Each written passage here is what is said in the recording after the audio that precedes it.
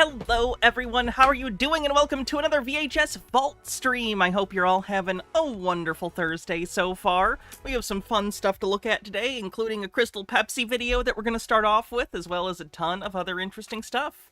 I am in the Miss Frizzle outfit today, as it is still costume month, and the Discord picked this today, so thank you everyone who voted in that. Make sure you join the Discord if you want to vote in future costume choices.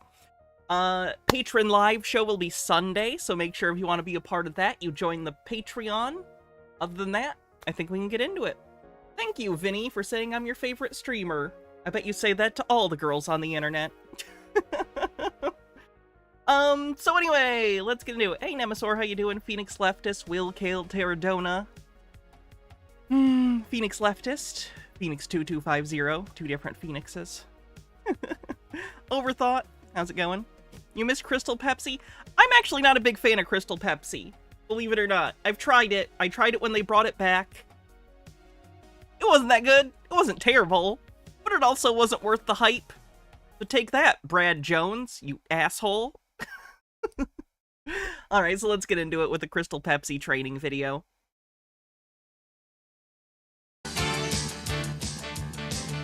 I miss Pepsi Man. You guys remember Pepsi Man? Real quick. I know I'm already on a tangent and we're only 2 seconds into the video. But I love Pepsi Man. For those that don't know, Pepsi Man was a short-lived mascot from a Pepsi video game. Gregory Zhukov. Yes, it was because he liked Coke, but he didn't want people to know he was drinking it. So they made him a special clear drink. On my way there, when I got a flat tire, there are a bunch of people gathered in front of the vending machine. Pepsi Man! Anyway, Pepsi Man's, great, so...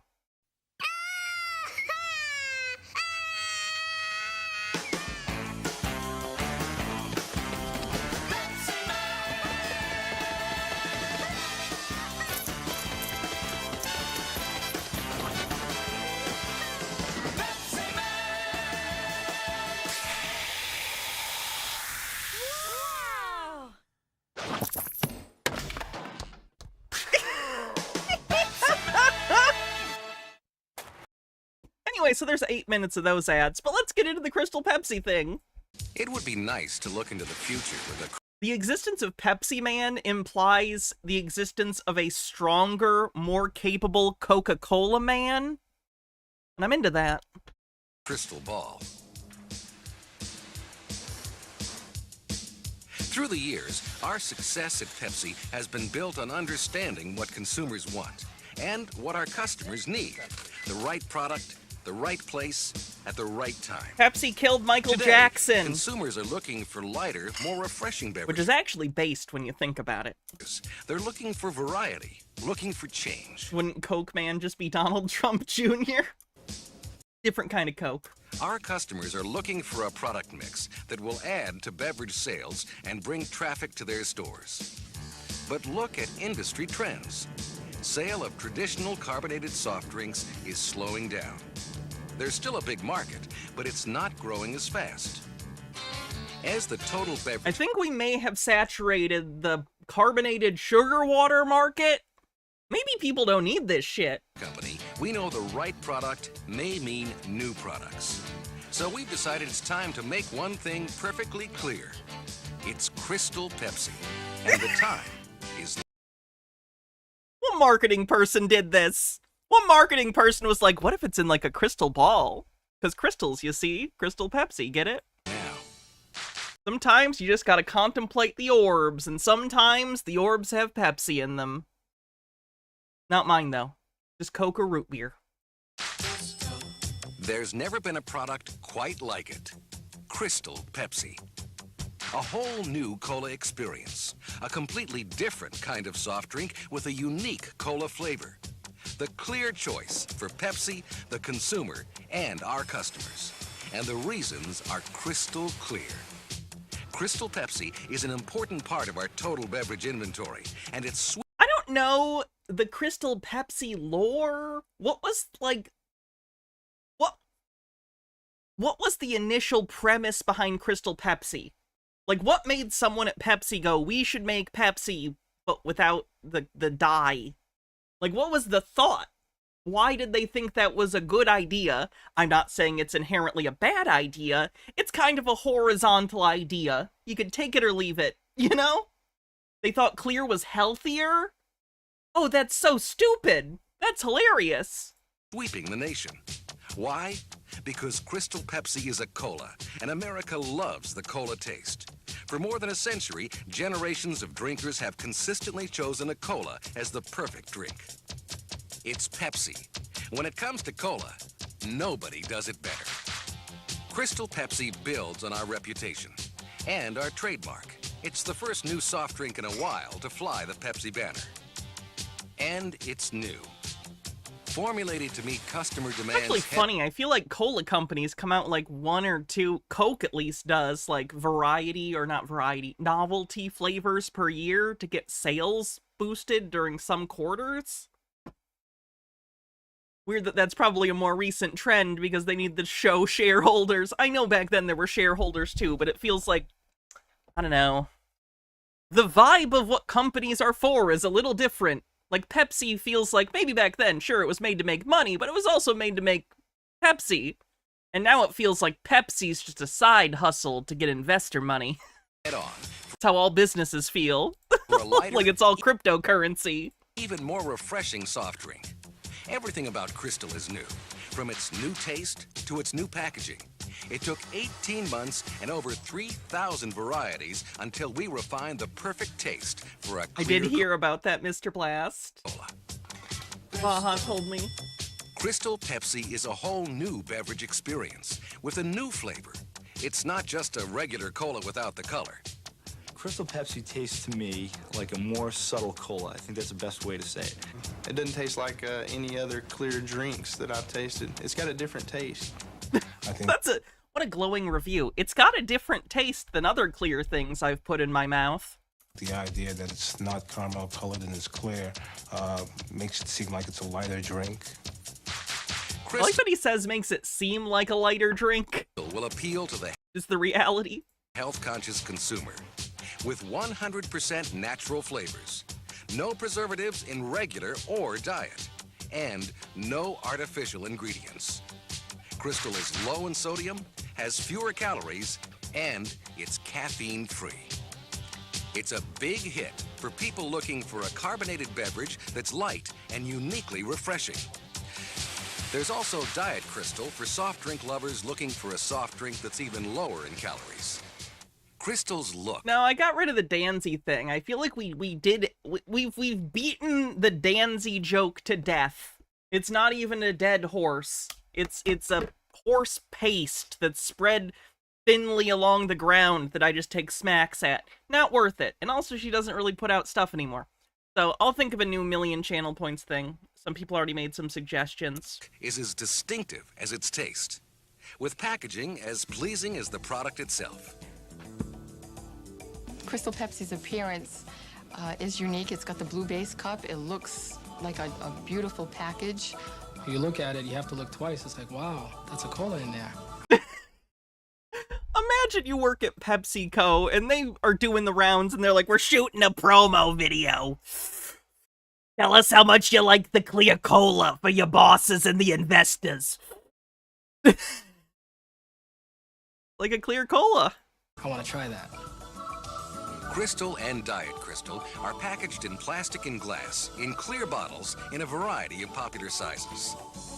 And in boldly designed new cans for dispensing in vendors or packaged in 6 and 12 packs for That's true, I'm Marance's biggest fan, actually. supermarket shelves.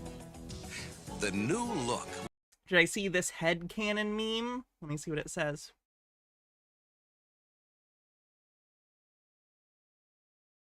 Trans girls traveling back in time to talk to their lonely, awkward, depressed pre-transitions. Oh no, it was... That's pretty funny. That's pretty funny. Sure, why not? Headcanon accepted. Will invite consumers to taste Crystal.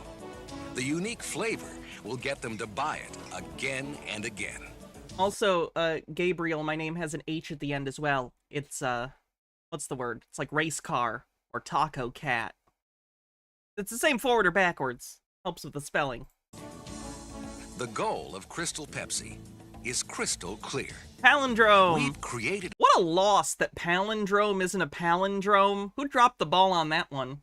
a beverage that will re-energize They the should have been called Taco Cat. carbonated soft drink market. A soft drink that will respond to consumer tastes. A soft drink that will bring increased sales and traffic to our customers. And a soft drink that will make money for the company and our commissioned salespeople. Crystal Pepsi is creating a new beverage It would being a commissioned salesperson for Pepsi's an easy job. You just go to a place and you're like, hey, you got Pepsi already? They're like, no, we just have Coke. And you go, you want Pepsi? And either they want Pepsi or they don't. category all its own. That seems pretty fair. That's why it's the perfect flagship product. It's weird that that's even a commission, right? I don't know. Total Beverage Company. Crystal has done great. I mean, we can't keep it on the shelf. It sells. Everybody likes it. It took the market by storm, and I don't think anybody was really ready for the amount of volume that it actually did. Right now, I see no major competitors out there for Crystal that can compete with it. In test markets, Crystal has exceeded projections. But the real success of Crystal is in its repeat business. Crystal is certainly not a flash in the pan. It's a brand that people look for, it's a brand they ask for, and they're buying it again and again. They put this section in just Tease that it will be around for a long time. We've captured new opportunities. We're doing it without cutting into our sales of the core four. In fairness, we are talking about it, so that's something. Not like we're talking about new Coke. In our test markets, we've seen Crystal Pepsi would still be around if not for naked short sellers. Ken Griffith hated Crystal Pepsi. Crystal build overall market sales. And the excitement behind the launch creates a need for our customers to give us more display inventory. It's creating opportunities for our customers. And big opportunities for us. An opportunity to drink your product? As customer representatives in the Total Beverage Company, we can help customers recognize the features and benefits of new Crystal Pepsi and Diet Crystal, and show them the sales potential they have on their shelves, in their cold boxes, in their bins, and in their vendors. By increasing their sales, you increase your sales and profits as well. Crystal responds to consumer demand for variety and a lighter soft drink. With its new look and new taste, Crystal is increasing traffic and increasing sales. And it's a product that says Pepsi, backed by advertising, point of purchase materials, and Did you know we're Pepsi?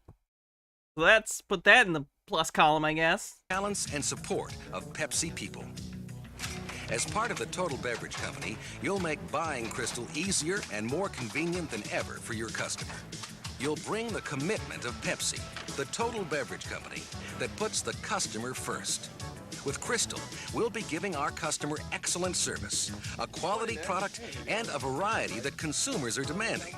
And by doing so, we'll capture opportunities for ourselves as well. Crystal in your trucks will drive sales in your stores. Crystal will revitalize your carbonated soft. Sorry, I just had a dumb thought. Is us short for ourselves? No, because that's an R. O-U-R. O-U-R. It's an O, not a U. Sorry. Drink sales. That was a bad brain fart.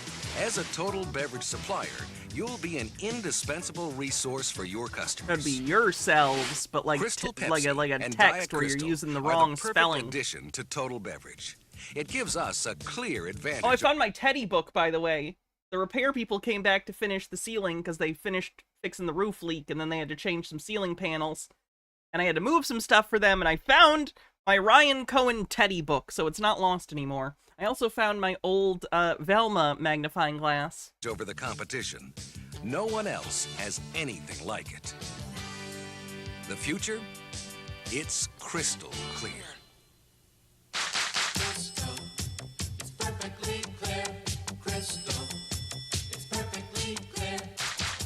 Oh, they made a little jingle for it and everything.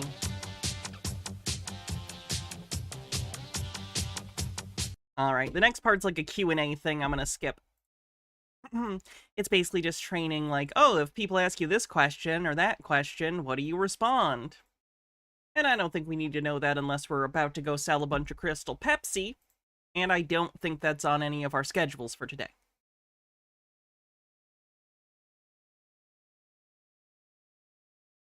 What's the next thing I want to do? What we got? Dealing with angry customers? Tales from Genesis Space. We haven't watched that. I've been wanting to watch that for a while. I don't want to do another training video because we just did one.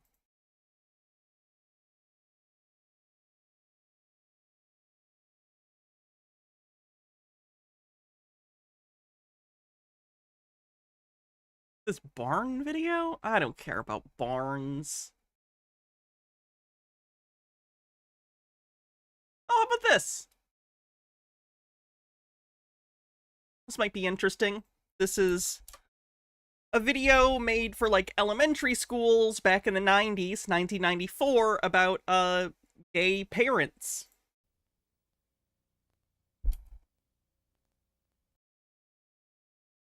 Judy.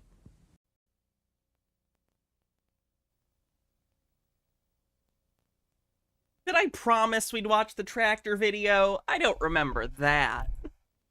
Both of my mom's names are Judy. Coincidence, I guess.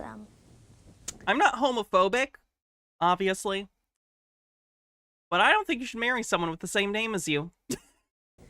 I am against that. That's my weird prejudice. I have an Just remember, everyone that misses Crystal Pepsi, there are options. Oh god, what is this? Nazi Cola. Oh no! Yeah, I remember that. Did the store that put that on the shelves just not notice? extended family.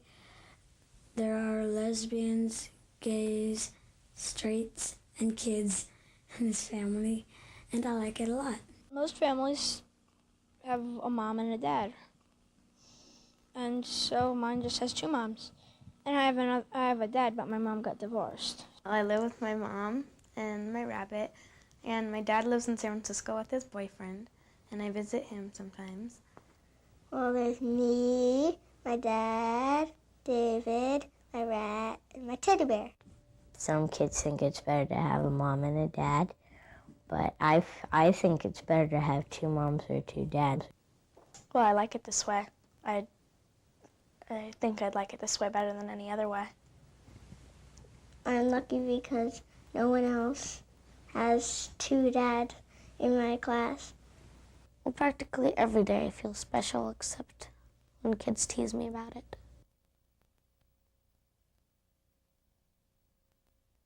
Kids teased me a lot because of my lesbian parents. Homonyms are fine. And they said that I'm fine with homonym names. I was lesbian because my parents were lesbian.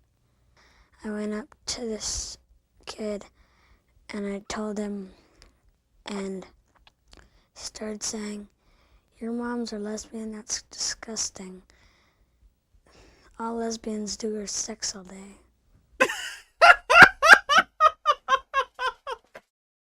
I can assure you that's not true. And I said, "Do you even know what a lesbian is?" He said, "No." That's what I think. They probably don't even know what faggot means. Why do you think they do that? To push somebody else's buttons. To make them mad. If somebody did something wrong or you know, got a bad grade or something like that, they would automatically be gay. Because, you know, if you're bad, you're gay. Because if you're gay, you're bad to them. Nobody ever got in trouble for That's pretty insightful for a kid that age. I don't know at that age how many kids would be able to reverse engineer that to get why that's a problem. Obviously, their parents are gay, so they're gonna get it more than the average kid, but still, damn. Faggot or that kind of stuff. Except for from one teacher in that school who actually I know is gay. That's still a thing in middle schools. I don't know if anyone here is like a teacher or interacts with children enough that they would hear their conversations. Do kids still use the word gay in the way that it was used when I was in, like, middle school? Because it was constant in, like, elementary and middle school. Kids just throwing around, like, oh, that's gay. They just... It's just weird, because, like, 20% of Gen Z is gay. I guess now we're talking about Gen Alpha in, like, late elementary, early middle school. But, I don't know. Said, well... They still do? That sucks. There's nothing to really get mad about. And I told them, yes, there is, and they just didn't pay attention to me. They would come up to the kid and say, you know, I really don't want to hear that, and then go away, and then the next day the kids... You've heard kids use sus now? I can't believe I have to come out as sus. Calling people faggot and gay Bob again. When Charles was getting called gay and the cootie boy and faggot and all that kind of stuff, I felt nervous. I find this video interesting, but they're using slurs. I don't think I can continue watching this. I think Twitch would probably understand given the context, but I gotta protect myself. So I can't. I gotta move on, even though I find this video quite interesting. I apologize. So, let's move on. Oh, this is interesting. This is called Dragon Strike from 1993. This is a supplement for D&D. I'm not sure how it was utilized. Well, let's check it out. At least that's what the description says. Unless they just think all tabletop is D&D. Not sure. Brave. Feeling brave tonight? How brave? Brave enough to do battle with hideous monsters? Brave enough to sneak around dank castles in the dark and chance being the next victim? How dank? 1 to 10. Of a dragon strike. Damn. And in the darkness, let evil grow.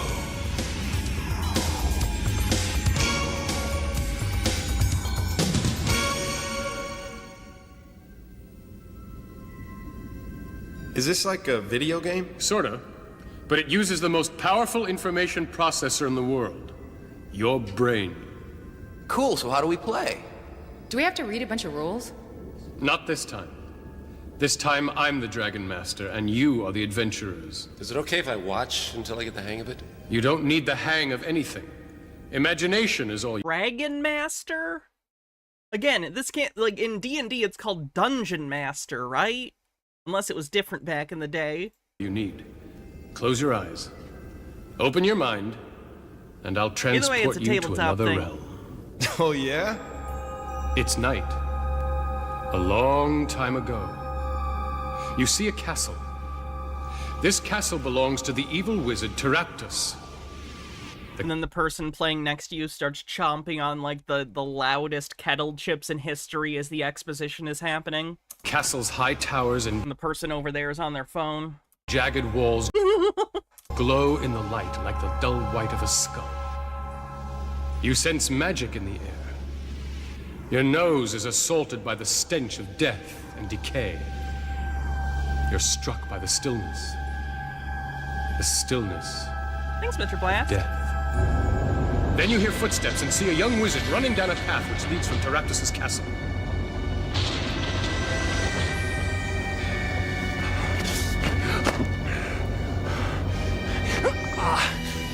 Oh yeah, look at that 90s background green screen. Oh, this is gonna be a good one. Oh Lord, give me the strength.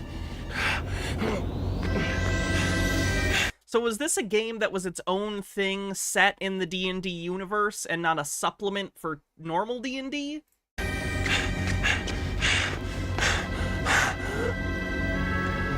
Yeah, I've never seen this, so... And you see what looks like a dagger sticking out of his back. Is he a good guy or a bad guy? You will know soon enough. This is actually a pretty good, like, if you don't know about D&D and wanted to see what it's like, it's not bad. Like, the DMing makes sense. It's read how you would read, like, a module or something, maybe. Now I'm going to take you to a very different castle. This is the castle of King Halvar II. He takes himself quite seriously, and so do some of his subjects. It's a typical boisterous night in the king's... It was a board game meant to get kids into D&D. I see, so that's probably why they called it a Dragon Master instead of a Dungeon Master, in order to differentiate it between playing normal D&D. Or maybe they just fucked up. Don't know. Banquet hall. Ale flows. Games of chance are played. Ridiculous tales are told. Lusty songs are sung. Little do they know of the strange events that are descending upon them. Who dares disturb my banquet? It appears to be a wizard. No question about it. But didn't he just teleport here? He's a wizard. Refrain from disturbing his personal effects, thief. At least until he's dead. Is teleport a 5th or 7th level spell? I forget. I'm a bad wizard. Checking his identity. Stand aside. We'll know all about him if he lives. If he dies, it won't matter who he was. 7. It's not a knife. It's a tooth. A tooth freshly ripped from the jaws of a dragon.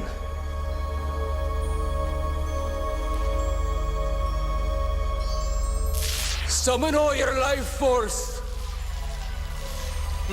Teleportation circle is 5th. That might be where I'm getting confused in my brain. Chase the death out from your bones. Let life flow.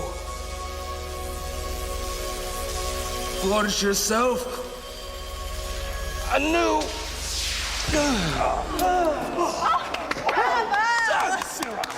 Look, he lives.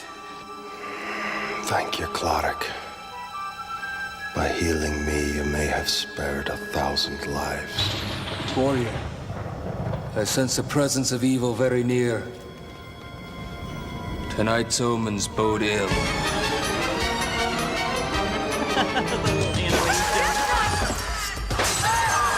Again, despite the visuals, this very much feels like people playing a D&D game. Good on them. Oh, hell yeah! Skull Guy! And Banana Hat Lady. Want to see Skull Guy do his thing again.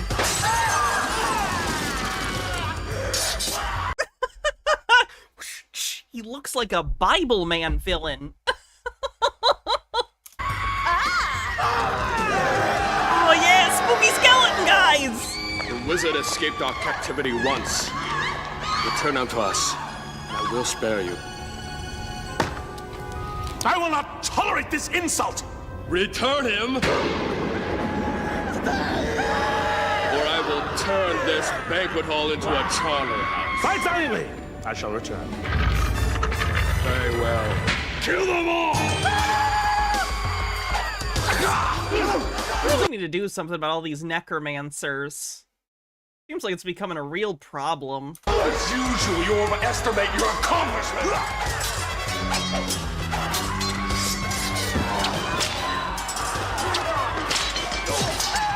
Stop them! They're killing all the guards! Oh my god, did they like cut that guy's throat? Stop them! Stop them! They're killing all the guards! Oh my god, I can't believe this is a game for children.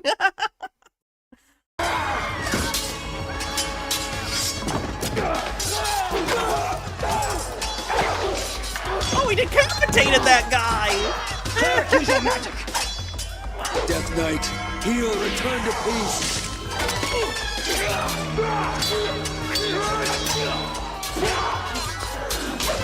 Okay, if Honor Among Thieves wasn't a thing, this would be my favorite D&D movie of all time.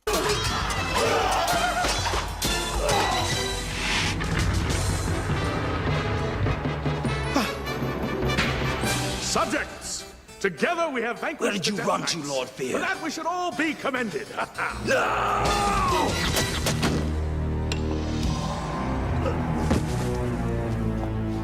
You do not host this banquet. Death hosts this banquet.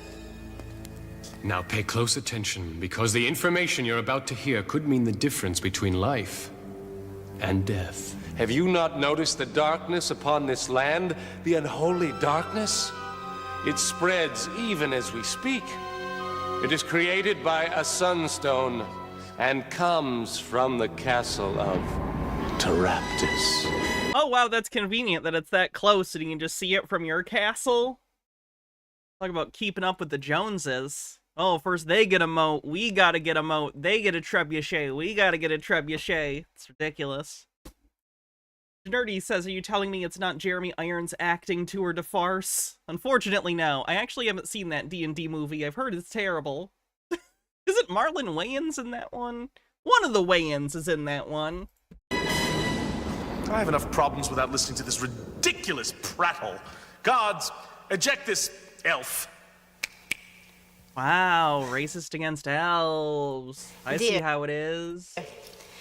I think all the guards are dead. Oh dear.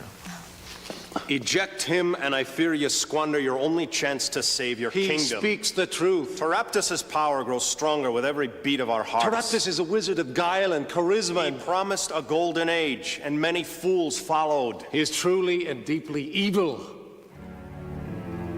Have you any proof? As for the Sunstone, witness the darkness which envelops the land. As for my quest, observe the tooth extracted from my back. And as for Teraptus' ability MH Dark Beast says, well, elves are terrible, pompous, knife-eared bastards. Listen up, Spoon-ear. I don't need to hear things from you. Insult me all you want. You'll be dead before I even sleep. Raise the dead. Sorry, elf joke. Cast your eyes upon the Death Knights. The Sunstone must be destroyed. Quest with me to this den of evil where we will bind Teraptus and drive a stake into his heart.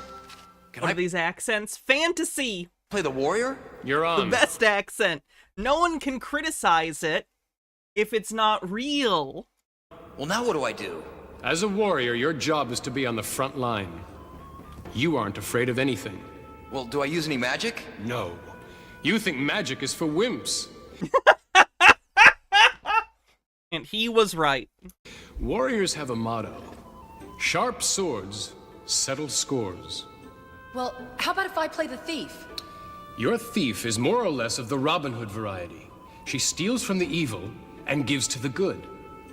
When thieves aren't fighting, they specialize in picking locks, climbing walls, lurking in dark shadows, and disarming traps. I want to play the elf. Elves are a mysterious and ancient race. As an elf, your skill with a bow is legendary. And more importantly, you possess the secret knowledge of elven lore. Okay, I want to play the wizard. You're on. As their name implies, wizards use magic and avoid physical confrontation at all. Gabriel, you really want attention? Chill it out or we'll ban ya. If that's what you're going for, that's cool. But I don't really see what you got in it for you. So, good luck. Do what you're gonna do. All costs. Wizards prefer to Sorry, stay someone in in YouTube chat being very, very strange. I think they're a Morantz fan, which is fine. I actually have a video about stock diversification we're supposed to watch later, so hopefully Gabriel will stick around for that. background and cast spells. But here is something very important never to forget. Once a wizard casts a spell, that spell is spent. Now I got it wired. Good. Because I almost neglected to tell you. You lost your wand as you fled Teraptus' castle. Oh, what? I don't even get a saving throw, you dick? Trey says, oh god, this was when Elf was a class. Was that really a thing? I just thought it was for this particular kid's version of the game. I didn't realize that was ever actually a thing. That's hilarious. What a rip. How do I get a new one? Try asking the king. Your Majesty. Might I borrow a wand from your treasury? Mine was lost at Teraptus' castle. Jester! Do you have a wand for this bereft wizard? Of course, Your Majesty. I live to serve you. I have just the wand. You notice this is the same wand that you lost. Is there a problem? Close your eyes. And imagine you are your character. Imagine you're a warrior with arms of steel. Imagine you're a thief who slips stealthily like a shadow in the night. Imagine you're a wizard with magic coursing through your veins. Imagine you're an elf who silently stalks through the forest with a deadly bow. Imagine the treasure, the power, and imagine the evil you will smite on your great adventure. I wonder how this guy's doing these days. He's all right.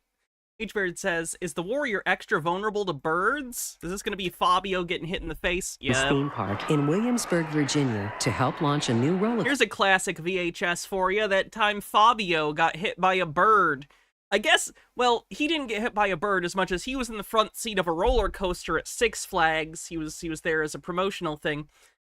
And basically, the roller coaster forced him to brutally headbutt a bird to death with his forehead. Coaster ride, Apollo's Chariot. Busch Gardens, sorry, not Six Flags. With the press on hand to witness the event, the 38-year-old supermodel climbed into a front row seat, and off he went. Oh yeah, I'm sure it hurt.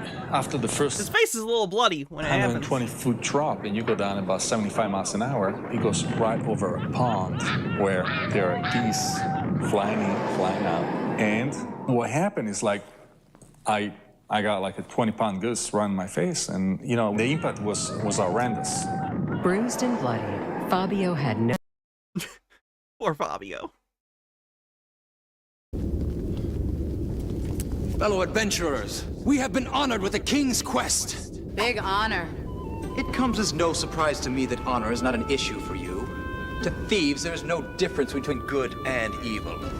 As for me, I dedicate my quest to King Halvor II, Master of the Realm, Lord of the Lands. Greedy pontificating. How big is the lands? His castle's like 50 meters away from a different evil castle.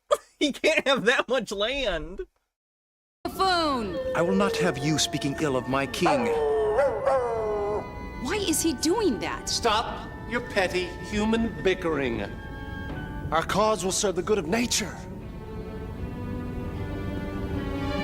The only way that goodness will be served will be by separating Taraptus from his infernal magic. Are we gonna stand here talking all night, or are we gonna nail Taraptus? They are not mutually exclusive options. If we don't nail Taraptus, the night will never end. Now they need to spend an hour and a half talking about what their plan is to break into the castle, but then immediately it falls apart and they just kill everyone murder hobo style.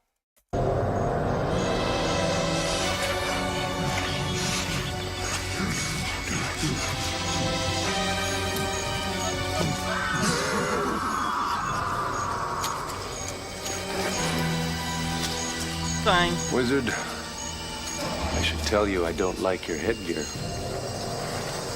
Are you not familiar with the wizard's magical transformation? No, I am not. No animal was lost. I was transformed to a coyote to learn the ways of nature. Yeah, I'm okay. Something just dropped on the ground. It was a big glass bottle that's like very thick and heavy. It didn't even shatter. Have you forgotten our That's incredible, Profane Priestess. Onward. Onward. Move on.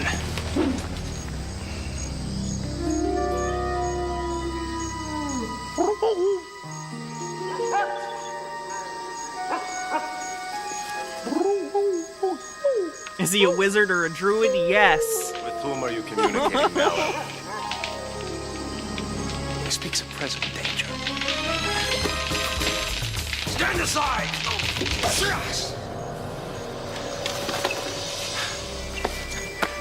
I thought you were a friend of the trees. I speak to their spirits. This one was corrupted by sorcery. What would make a sorcerer so evil? Pteraptus shall suffer for his perversion of nature. Damn, I know he's like nature-y, but they're trees, it's fine. You can corrupt them. Like, you seem less worried about that than the necromancy, but whatever. Just saying. Get your priorities in order. Look! The magic within those walls, if unleashed, could destroy the entire kingdom. If it were used for good, it would create a golden age. The golden age, running brooks and fireflies and summer nights.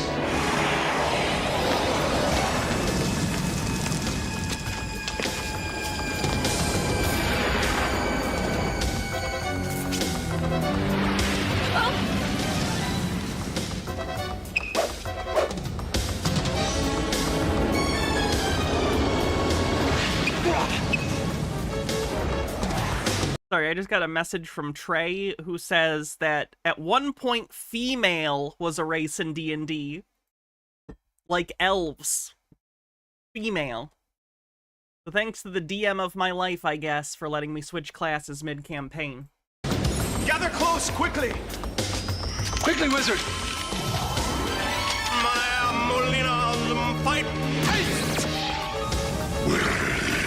The most impressive CGI dragon I've ever seen in my life. Voice sounds dangerously familiar. Let's hurry up and get out of here before the dragon comes to search again. Now shut up, walk soft. Yeah, I hate working for sorcerers. Sorcerers! Like this miserable Pteraptus. They never pay. You always end up broke. You! I mean me! I go to collect my money, and next thing you know, I'm hypnotizing a saying I don't want it. Alright. I don't want it. I mean, I do want it. But they tricked me. I just told you. I mean me. Don't you pay any attention. Hey, Elf! What is this thing? You miserable... An owlbear. They're not nearly as extinct as they should be. That's an owlbear? Oh my god! You and me! Try flattering him. I talk to you. I can have better company up here. And, Wait, it can talk? Hey! They're not supposed to do that. That must have changed between editions. In 5e, I don't think they're intelligent enough to talk, are they? Handsome! Oh, hey, come back!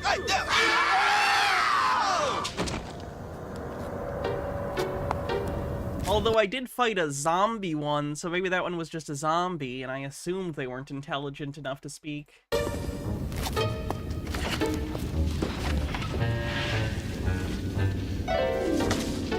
Congratulations! You have infiltrated your first castle. So now where do we go? Go anywhere you want.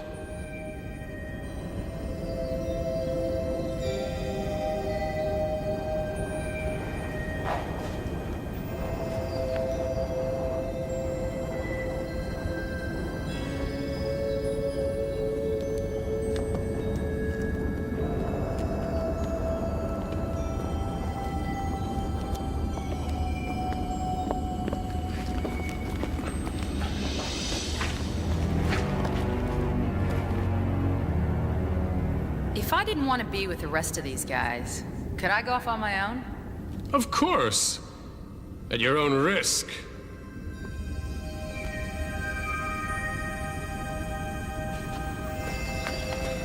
MH Darkbeast says, it's weird, I love playing female characters in D&D way more than male characters. I love my female kobold, no boobs, damn it, and my female bugbear. That's funny, I used to like playing women in games too.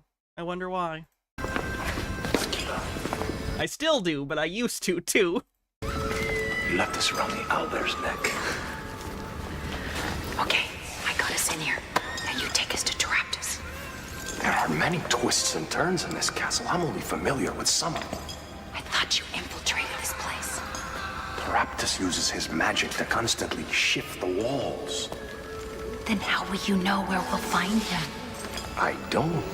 In fact, I'm not sure I'll know him if I see him. I've only seen him once, and that was in a shadow. I'm just joking, MH Darkbeast. I'm not trying to put anything on you. I'm sorry. I was just trying We to... have a guide who doesn't know where he's going, leading us to a man he won't know on sight. You guys are on your own. Well, that's fine. I'll work better alone anyways. Has anyone seen the Charles... Wait, did Charles Band do this movie? There's a movie called Arcade with, John Delancey in it.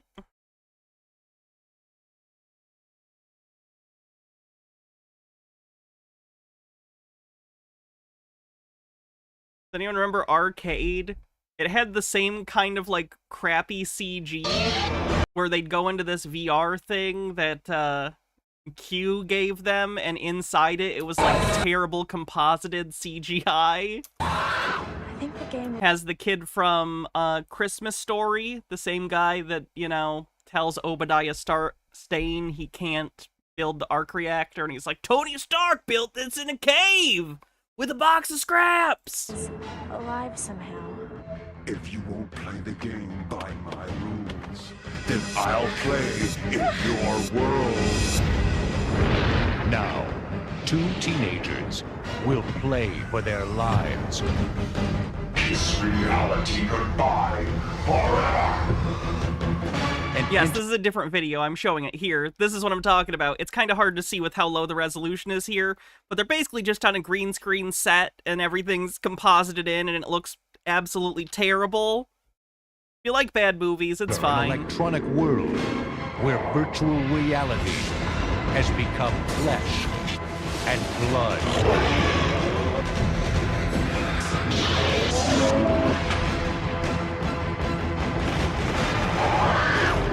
Thank you, Nemesaur. Congratulations, Alex. You've almost made it to the final. For the record, this was made like 2 decades after Tron. 2 decades of progress in effects, and this is what they did.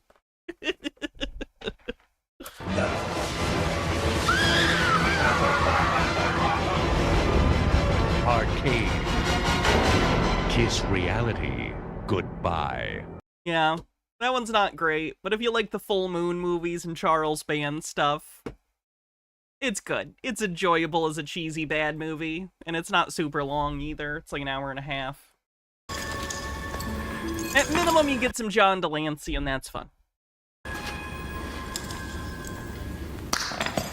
If we split up, we'll be able to cover more territory.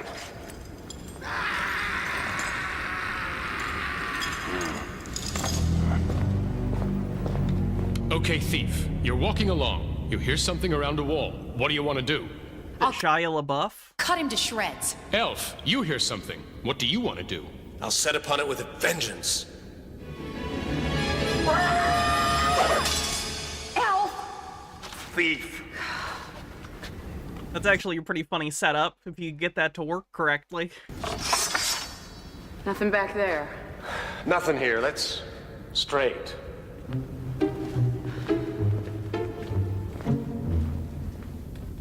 You come to the end of a I corridor. wonder if this has been converted to digital. We're watching it digitally. I'm not watching my own tapes today. You want a link to this? Here it is.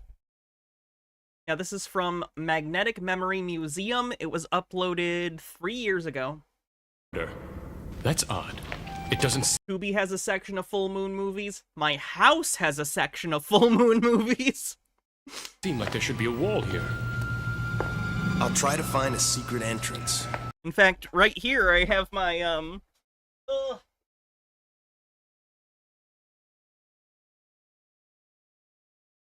my Ultimate Puppet Master collection is right here. This is all of the Puppet Master movies in a trunk. Like the Puppet Master trunk. Like 12 movies in here. They made a fuckload of Puppet Master movies. Subspecies box sets over there. Got Mandroid around here somewhere. Has anyone seen Mandroid? Oh. Don't watch Mandroid. Roll the die.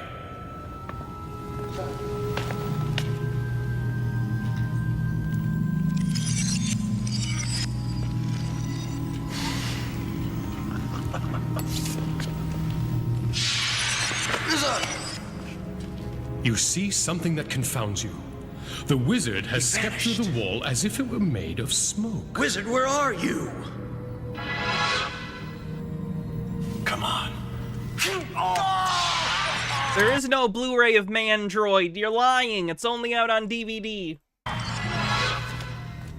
You hear a laughing At sound. least last I checked, because I only own it on DVD. Not too far away. Does my elven lore tell me anything? Unless you have a Sounds bootleg. like a couple of stupid orcs. Let me look this up.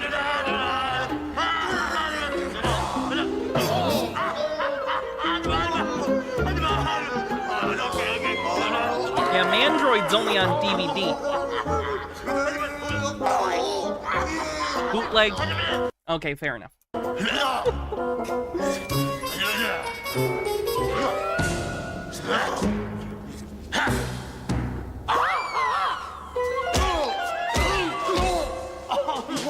These guys are too dumb to be dangerous. I don't want to hurt them.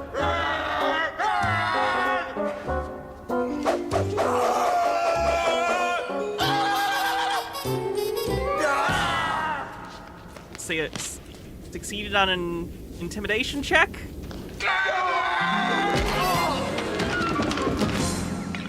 Funny touch. Well, what were they guarding? They're garbage. Wizard and warrior, you see a shadow on the wall. It looks like a minotaur. Let's go toast him. Let's save our strength for something we really need to fight. Why did they split up the party?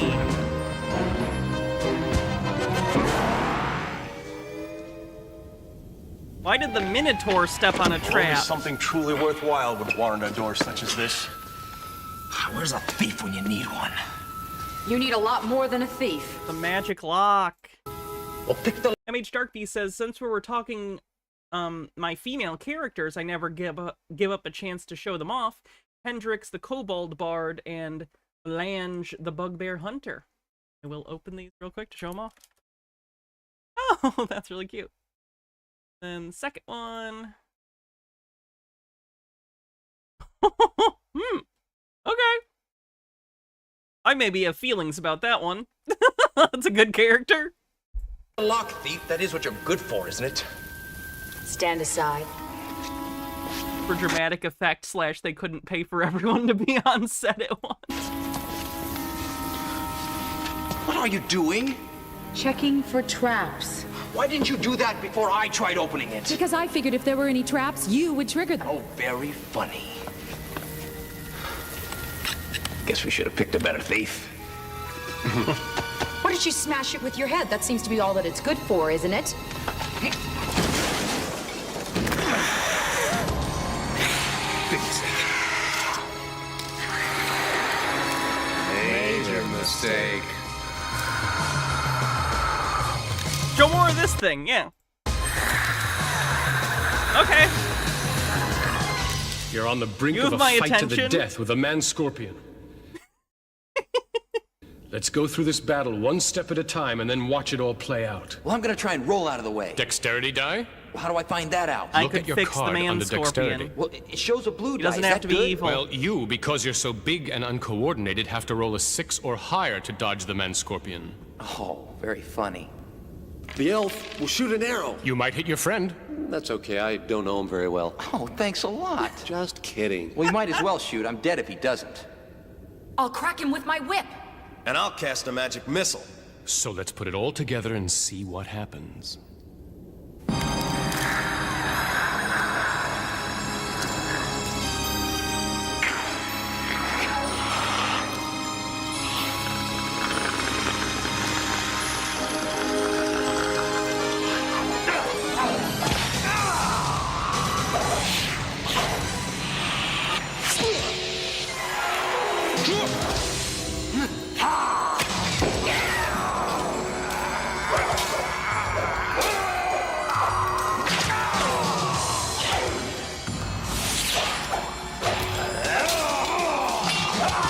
Great, I got a defective wand. I'll throw a spell. Which one? Hold person. Drazu. A hold person would not work on this. You would need hold monster, probably. Okay, again, this is based on an older edition. I don't know the rules of this one. Spell takes effect. It's as if he's working in slow motion. I'll grab his stinger and try and stab him with it. Roll the die.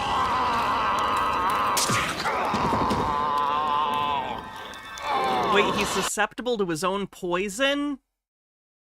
Well, that sucks. He's dead, killed by his own poison. If Teraptus put a man-scorpion in here, he must be guarding something. Forget him and get me out, you idiot! Maybe that's just where the man scorpion lives. He's gotta have a house. Who's calling us idiot? If you know what's good for you, you'll use your thick skulls for something and find me, you fools! Voice sounds dwarfen. Brilliant deduction, you fakester! Now get me out! Why should we help one who insults us? Who is this fount of stupidity? I am Greenthorn, the elf. Oh! I'm shaking in my boots. You mumbling tree nuzzler!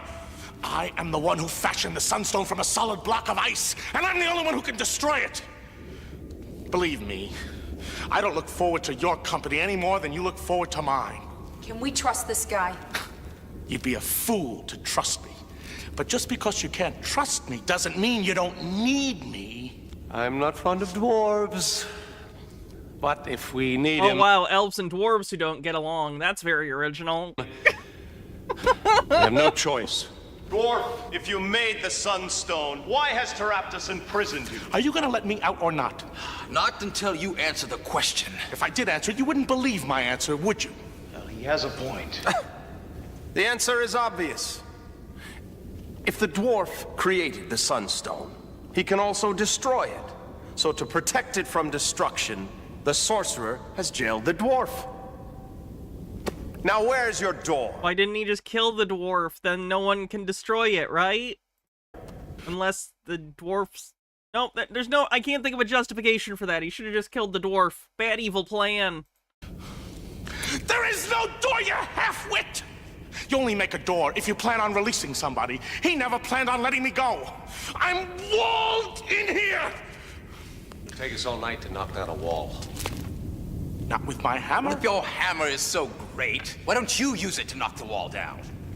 Because I don't have my hammer, you dunderhead! It's on the man scorpion's belt. This? This doesn't look like much of a hammer to me. Then don't look at it. Use it, you dupe! What if he needed a second sunstone? Oh, I guess he could do that, like Thanos' justification for keeping the dwarf alive in Infinity War. Ow! Sure, why not?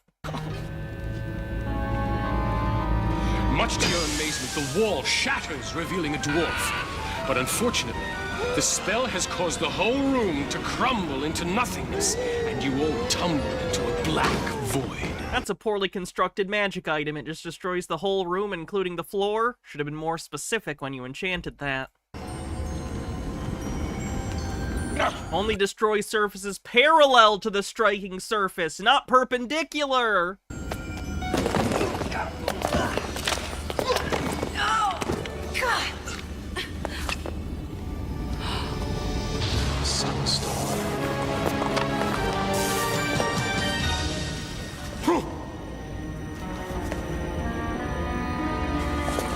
Dwarf, where do you think you're going? I'm gonna go over here and just try and stay out of combat, probably. Good luck. Shh! Maybe I know something you don't know. Do you?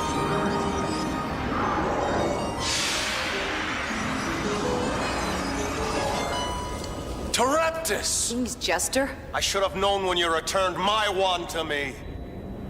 Failure is made of should-haves. The king will be very interested to know who you really are. Unfortunately for you. What is a man? A miserable little pile of secrets.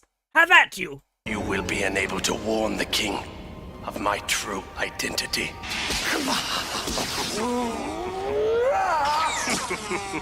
Rise up, flames. Rise up, fire elemental. Use your rage to engulf my enemies.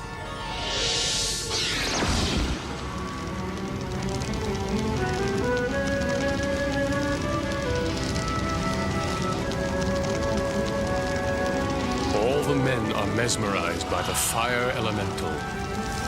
Boys, snap out of it. Dwarf, throw your hammer at the sunstone. Throw your own hammer, Thomas, give him!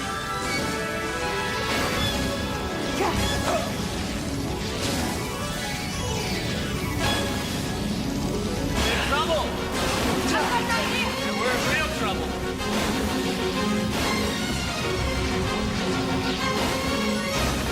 Help! Come on, guys! I've got an idea. The fire elemental is made of fire, and the sunstone is made of ice. Let's put the two together. I'll take 2 of the supports out I feel like it's weird that the sunstone is made of ice. Is it supposed to be ironic? arrows, and I'll take one out get it. with a magic missile. I've got a dagger for the other one. Now you're working together.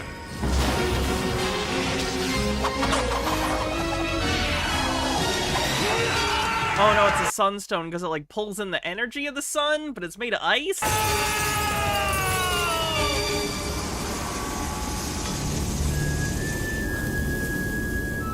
thought they were supposed to be tough. The spell is broken. Look, thief, there are jewels where the elemental was. We gotta kill these things more often. Oh, just a few more? Beware! He's using his power to change. Oh my god!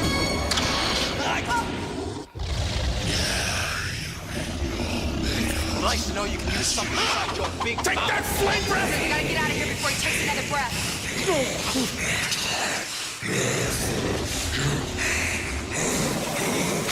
Through the magic portal. I dislike such magic. Anywhere's better than here? Suit yourself.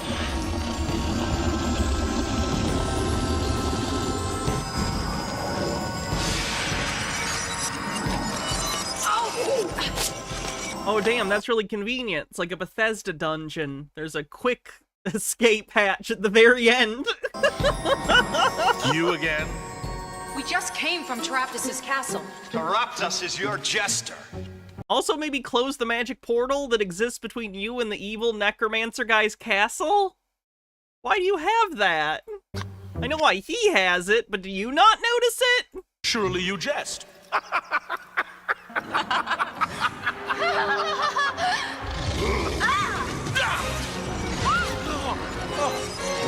How do we stop him? Still comes! Face me, Taraptus. What power do you hold over Taraptus? The power to heal him. To kill the undead is to heal them. I owe you my life. Is it an honor to serve you, King Halvar II? Master of the realm, Lord of the lands, to you I owe my fealty. I appreciate the fealty. Now, bring me the jewels. Surrender the jewels to Halvar II, King of the kings and Lord of all the lands. Okay, I'll surrender the jewels.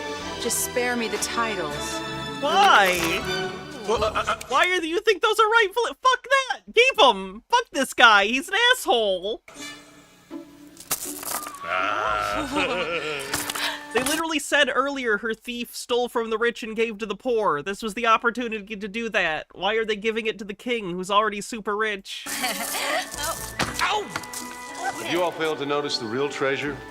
The green we have brought to this land. The difference between us is that you love green and I love gold. Unfortunately, so does the king. Well, shall we venture to Strathmore Castle? Yeah, when I'm broke again. That's when you do a deception check and you give back half the rubies. For I have no use for the jewels within. Did you say jewels?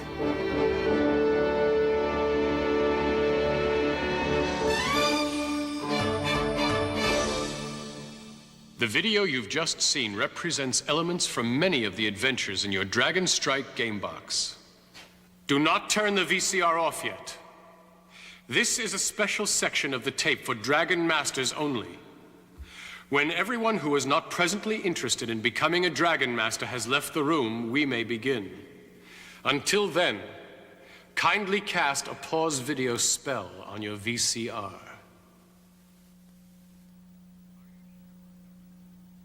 Are you sure nobody's listening at the door? At the window? Very well. Then we can proceed. Chat, any of you who aren't interested in becoming Dragon Masters need to fuck off. Legally, I don't think we can do this. He said it. So... As you've just seen, the Dragon Strike game is unlike any game you've ever played before. In what other game can you visit the nastiest castles in the world and bring your friends along for the ride? Is this the part where he no. The key is that all the players must work together as a team in order to win. And you, as the Dragon Master, must make the world unfold before their very eyes. Your role is all important. You set the stage for the players, presenting the quest they must follow. Only you know where the treasure is buried. Only you know where the clues are hidden. And only you know where the dangers lie. Now don't forget, a great Dragon Master isn't afraid to ham it up. Sure, the monsters just want to beat the heroes up, but it's a lot more fun when they do it with style. Rise up, fire elemental. Use your rage to engulf my enemies. The game rules and adventure cards will give you tips about what the monster might say. The rest of the time, just make it up. Follow the game's guidelines about how smart the monster is and what motivates him, and have fun with it. I'm walled in here! The instructions will tell you that the dwarf is telling the truth. And when the chips are down, he'll help the party. A Dragon Master can win the game if the players make bad moves, move too slowly, or don't act together as a team. To make the game more challenging for the heroes, you get to set some of the traps at the start of each adventure. But that doesn't mean you can cheat or ignore the rules. For example, if a monster is about to die, resist the temptation to save it. In fact, there's really only one rule to being a... I mean, I know this is for kids. That is funny. You gotta explain to kids, like, you can't just make up rules so you win. Great Dragon Master. The real object of the game is for everybody to have fun. And if the game isn't fair, nobody will. Now you have all the secret knowledge you need. I'll give you one way to start. Feeling brave tonight? How brave? Brave enough to do battle with hideous monsters? Brave enough to sneak around dank castles in the dark and chance being the next victim of a dragon strike? Cute. That's a good, it was cheesy, but it's for kids and it's from the early 90s. It's gonna be cheesy. I thought that was really fun, and I think that's a cool way to get kids into tabletop. Just a kind of, simplified version, but it gets the general idea across. That's great. Okay, I'm gonna use the bathroom real quick, and while I do, Chair will tell you about, what's right here? Nope, I already used that one.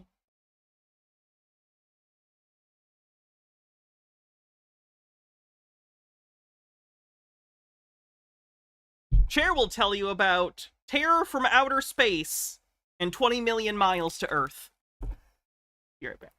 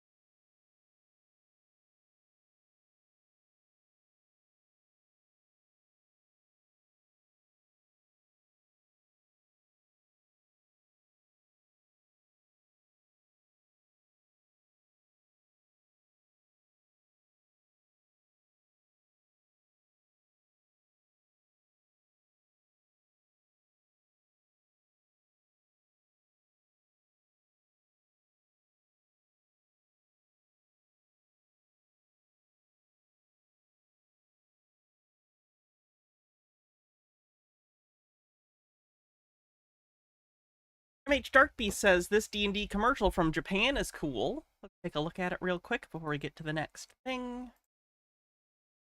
If I can get my headphones unstuck.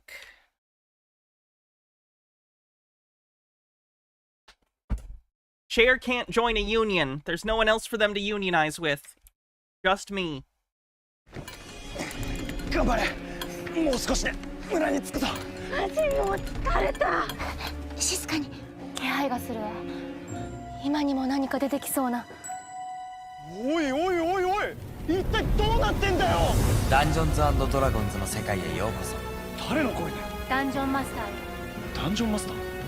燃え盛る炎の中からゾンビが3体出現。これはちょっと予想外ね。戦うか。戦うって相手はゾンビだよ。ダイスを取り出して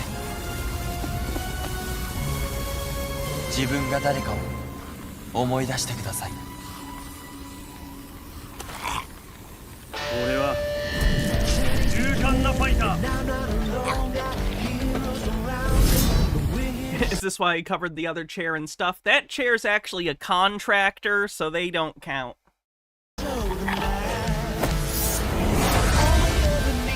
私はレンジャー。私はウィザード。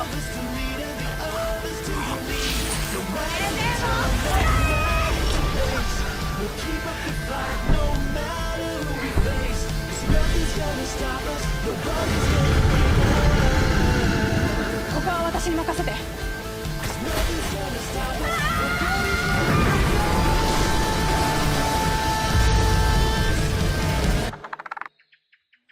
まさかのクリティカルヒット。これで倒せそう。After Act, the name you're looking for is the state of Tayos. T-A-Y-O-S. He is in jail, though, for other things, including some stuff that happened because of that. So he hasn't put out any new content, but his old content is on State of Tayos. Again, T-A-Y-O-S on YouTube. 敵を撃破しました。護衛は成功です。テーブルトーク RPG すっかりキャラになりきっちゃったよ。さて、次の冒険に進もうか。この格好どうした？かっこいいです。世界で一番遊ばれている TRPG。 That's fun. Alright, here's a video that maybe Marantz could take a look at.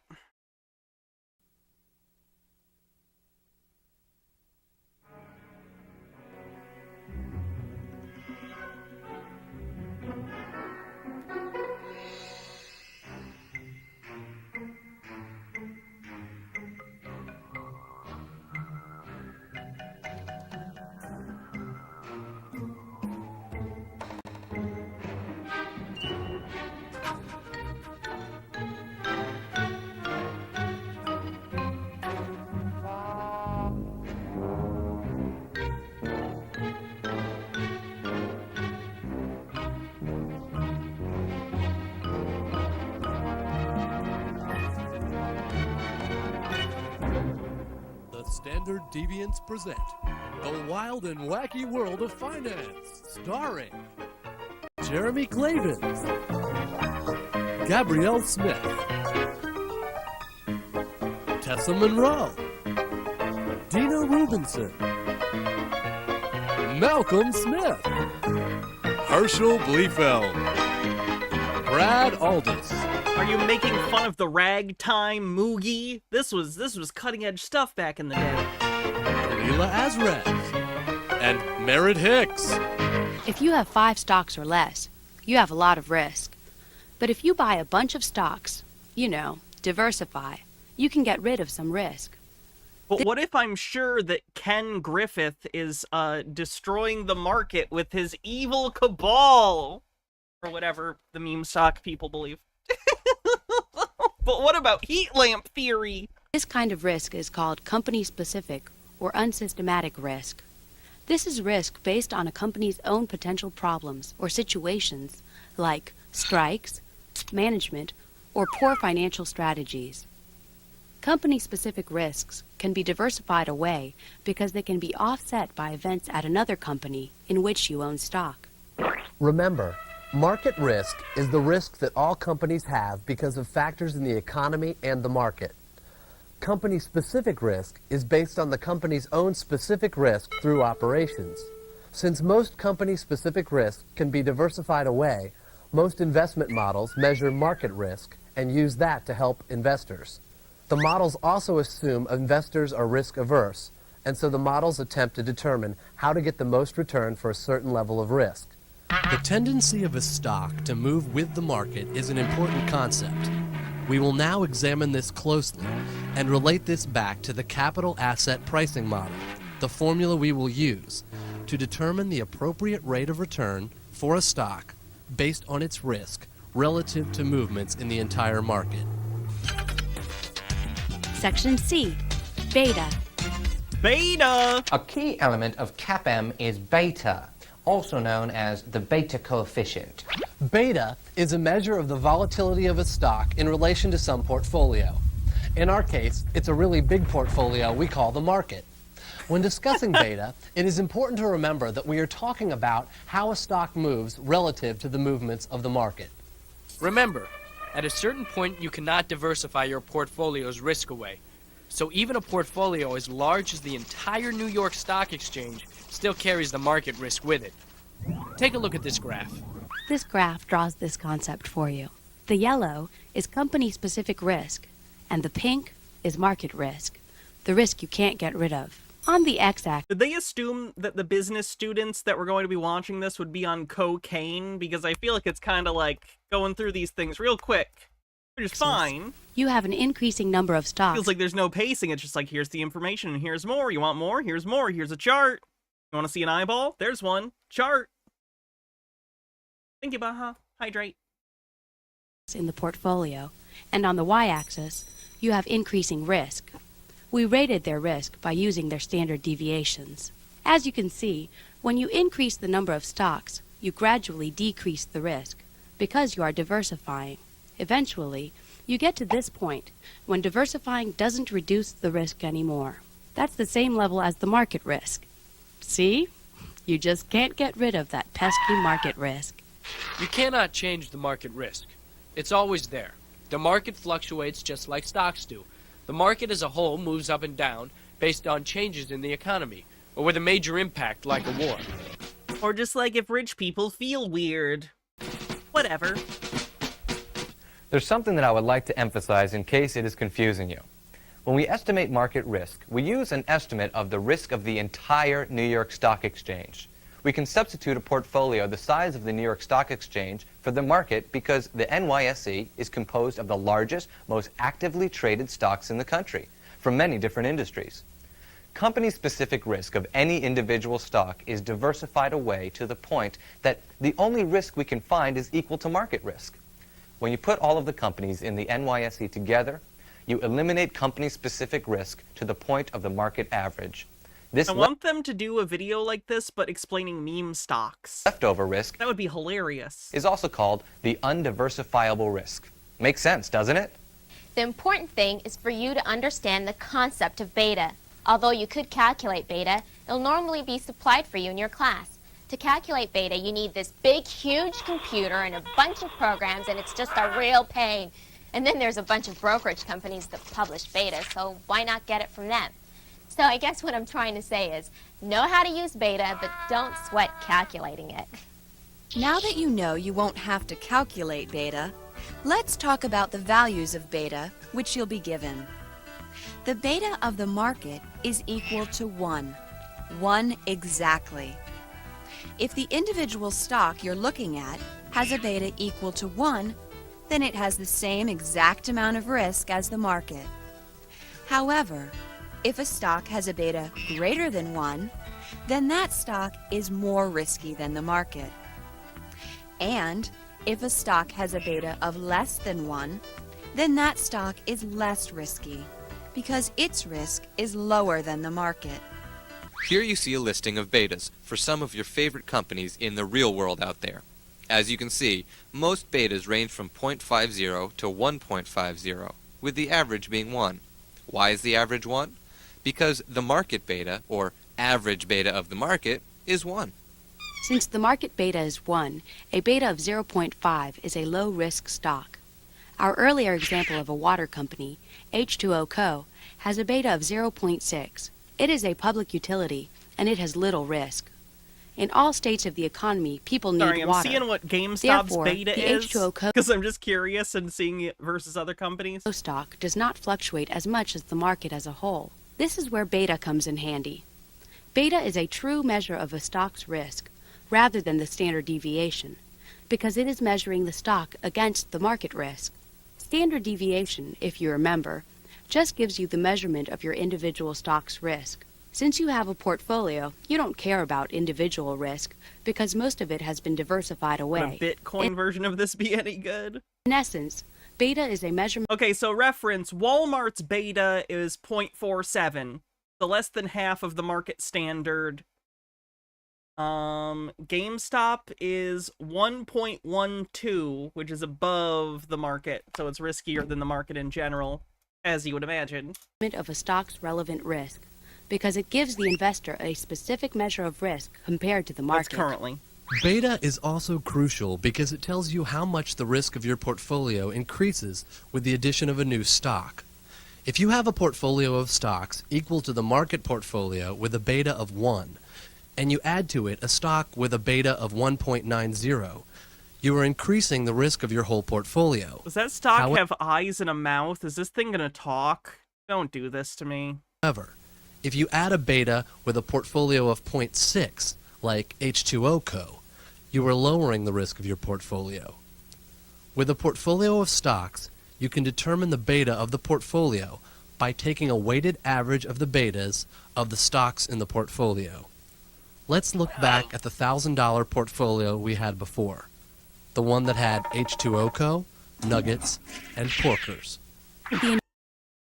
Nuggets and Porkers are the companies you made up for this? Nuggets. Co. totals $400 or 40% of the portfolio. Nuggets totals $300 or 30% of the portfolio. And okay, I'm sorry. The Finbro shit's already boring to me. I just wanted to I basically just wanted to play that to dunk on Morantz. I'm sorry. That's pretty pathetic of me, quite honestly. Alright, let's see what we're gonna watch next. I want a quick cleanse. This will be good for everyone.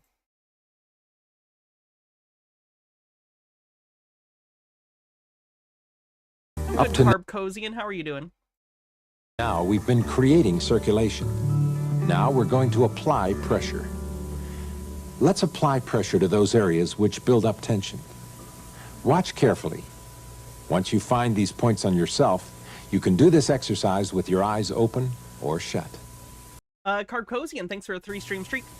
Press the area on either side of your face, about 2 inches up from the corner of your eye. You'll find a slight indentation here, which you can easily feel if you clench your teeth. Press moderately and hold. Tell yourself, I am calm. Calm! And release. Now press the area in front of your ears where your jaw begins. You can feel this indentation if you open your mouth, press moderately, and hold. Tell yourself, I am calm. I'm calm! And release. Now lean your head forward slightly, touch the bottom of your ears, and move your fingers toward the center of your neck. Lift your head up and feel for the 2 bumps which are in line with the bottom of your ears. Press under these bumps, moving your head back and forth slightly until you feel your neck muscles. Hold the pressure and tell yourself, I am calm. I'm calm. Inhale, extending your abdomen, and exhale slowly and release. Good.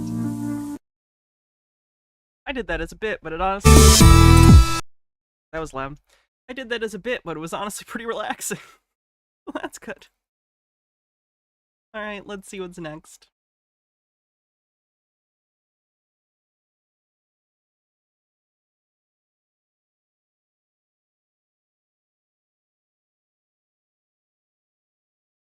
We may have watched this. I'm gonna check. I'm not actually sure.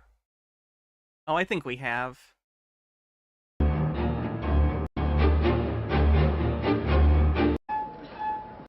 Angry customers. Now we all Being sorry doesn't put new shoes on. Yeah, we already did this one at some point. All right, let's. I haven't.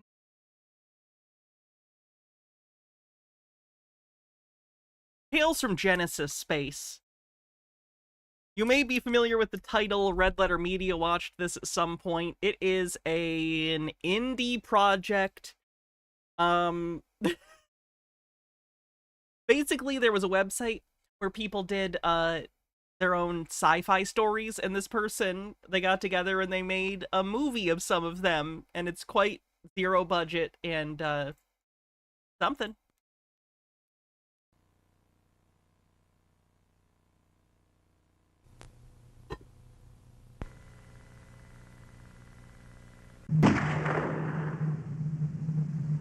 Wait, people walk out and shoot?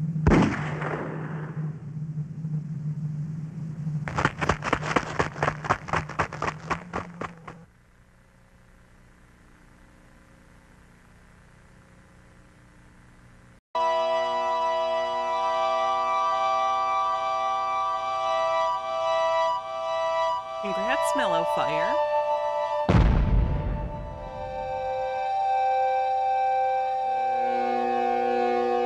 I am Cog. I was reactivated in the year 3423 at 2301 Galactic Standard Time. Once I was reactivated, I was confused. It was a strange sensation. I wasn't. Then I was.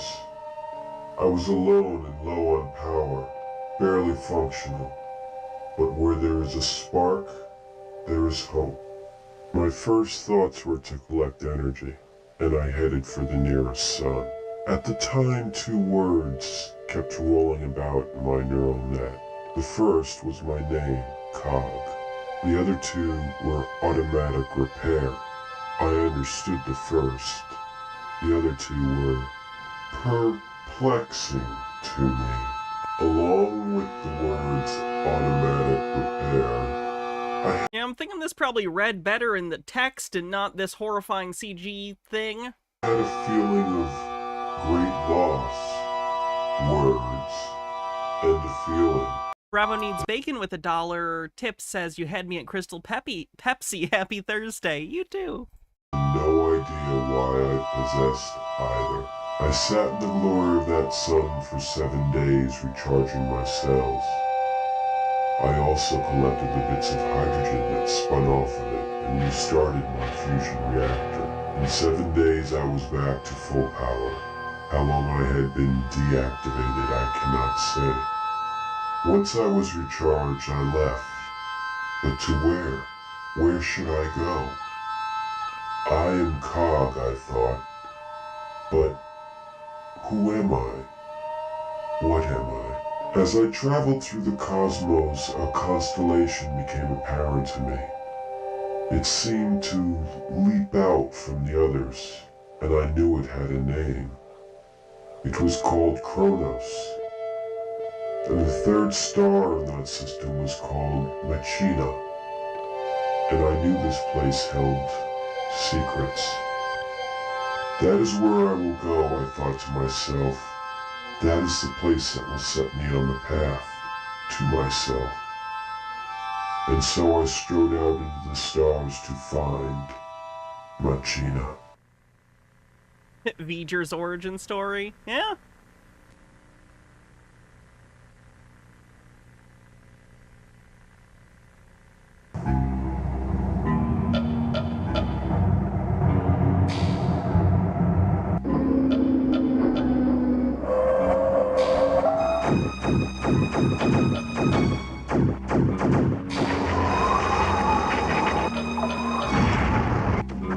What? Oh, okay.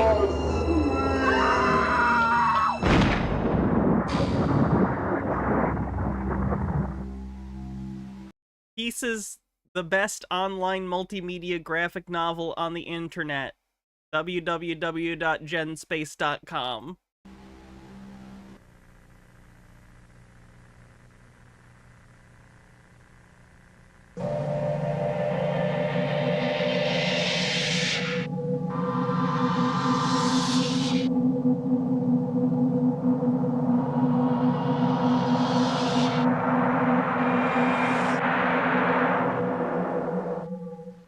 There is a place on the internet called Star Trek the Motion Picture isn't...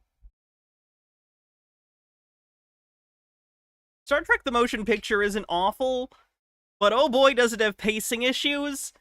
They did a director's cut that's on this 4K. You can also get it separately, but you can get Star Trek the Motion Picture, the director's cut. In fact, I think this set actually only has the director's cut. Let me double check. Director's edition. No, it actually has both. It has the director's edition and the normal one on 4K.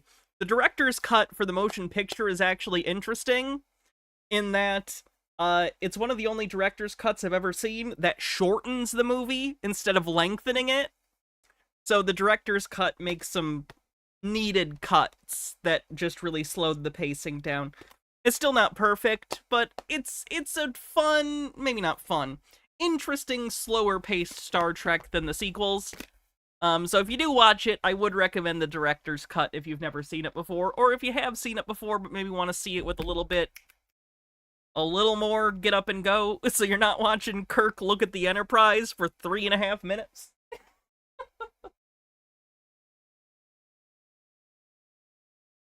called Genesis Space. It is a universe whose boundaries are defined by limitless imagination. It exists between the electronic traffic that shuffles by daily at the speed of light. In the space are kept secrets by creatures of light and dark. Their tales are only revealed to those who dare enter this space. Some are enlightened, some are consumed, all are amazed. This recording is a brief encounter with that space. These tales were plucked from this virtual reality. The Twilight Zone? I am he who watches. I am from Genesis Space. Come, be amazed by my home. Submitted for your approval. Oh. Weird no-budget CGI head floating in space. Hello? Anyone around? Man, this place is bizarre. What is the deal? There is nothing here. Hello? How the hell did I get here anyway? Wish I could remember what I did last night. My head feels weird. What the hell? Now that was seriously weird. What? I just saw a metal man flying through the air. What is with my neck? Whoa, where'd these stars come from? Whoa, look at that. That is so cool. I don't even know how to make jokes about this, I'm not gonna lie. Kinda like at a loss here. Just weird.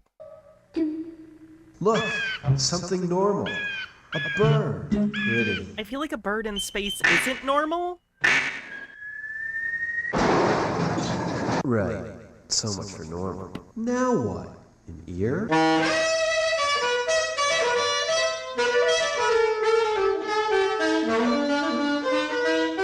It feels like they just saw what 3D models their program came with default as like demos, and they were like, how can we get all this stuff in one bit of the story?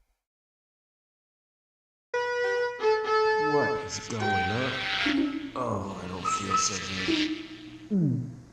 Oh, I don't feel so good at all.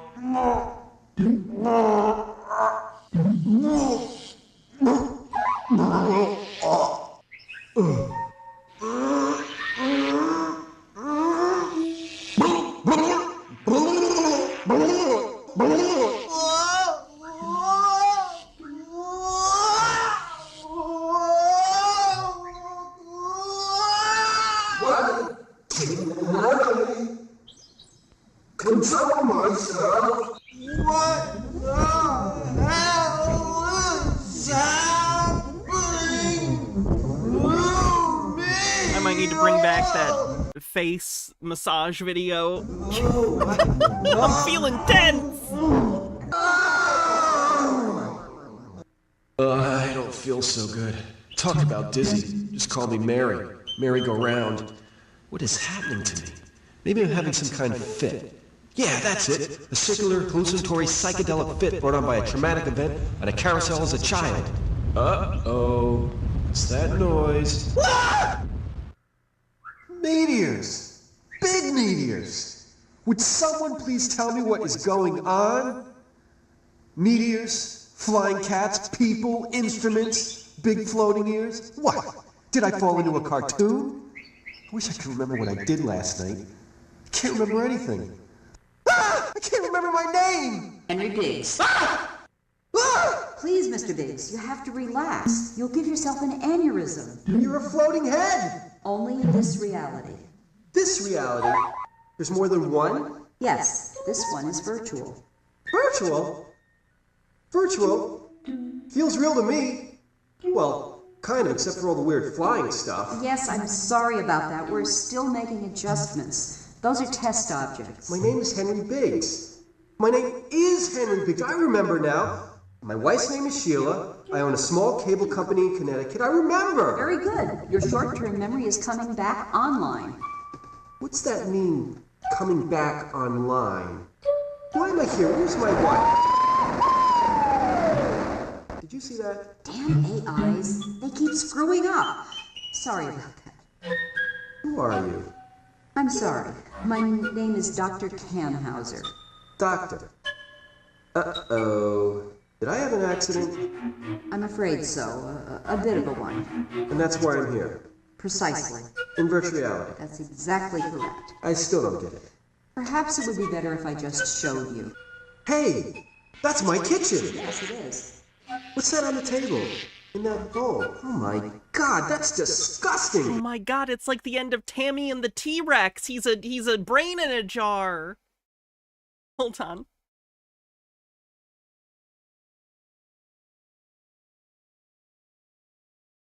At the end of Tammy and the T-Rex, Paul Walker is a brain in a jar. Wow, is the scene really not on YouTube? That's a shame. Shame. Shit! Oh, it's gotta be in here, right? Yeah, I remember! Oh my god!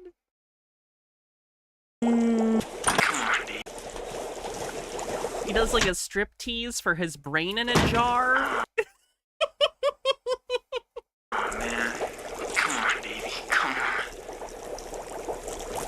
He's gonna brain! Emmy Sharkfeast says, here you go, Hannah, for VHS Vault. Thank you for the links. Ooh! Hold on, let me save these all to my list.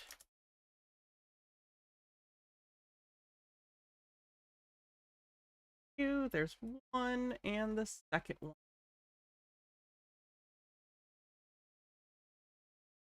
The following program. Ooh, Flavor Wave. Thank you.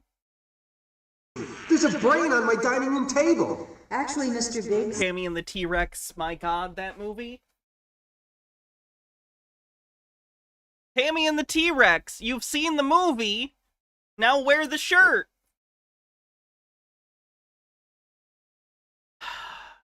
Why do I have so many props around me at all times? That's actually a picture from Tammy and the T-Rex on that. It's not just a random T-Rex. That's not just any brain. Who cares whose brain it is? It doesn't belong on my table. Mr. Biggs, that's you. Say what? Do I have the unrated cut? Let me look.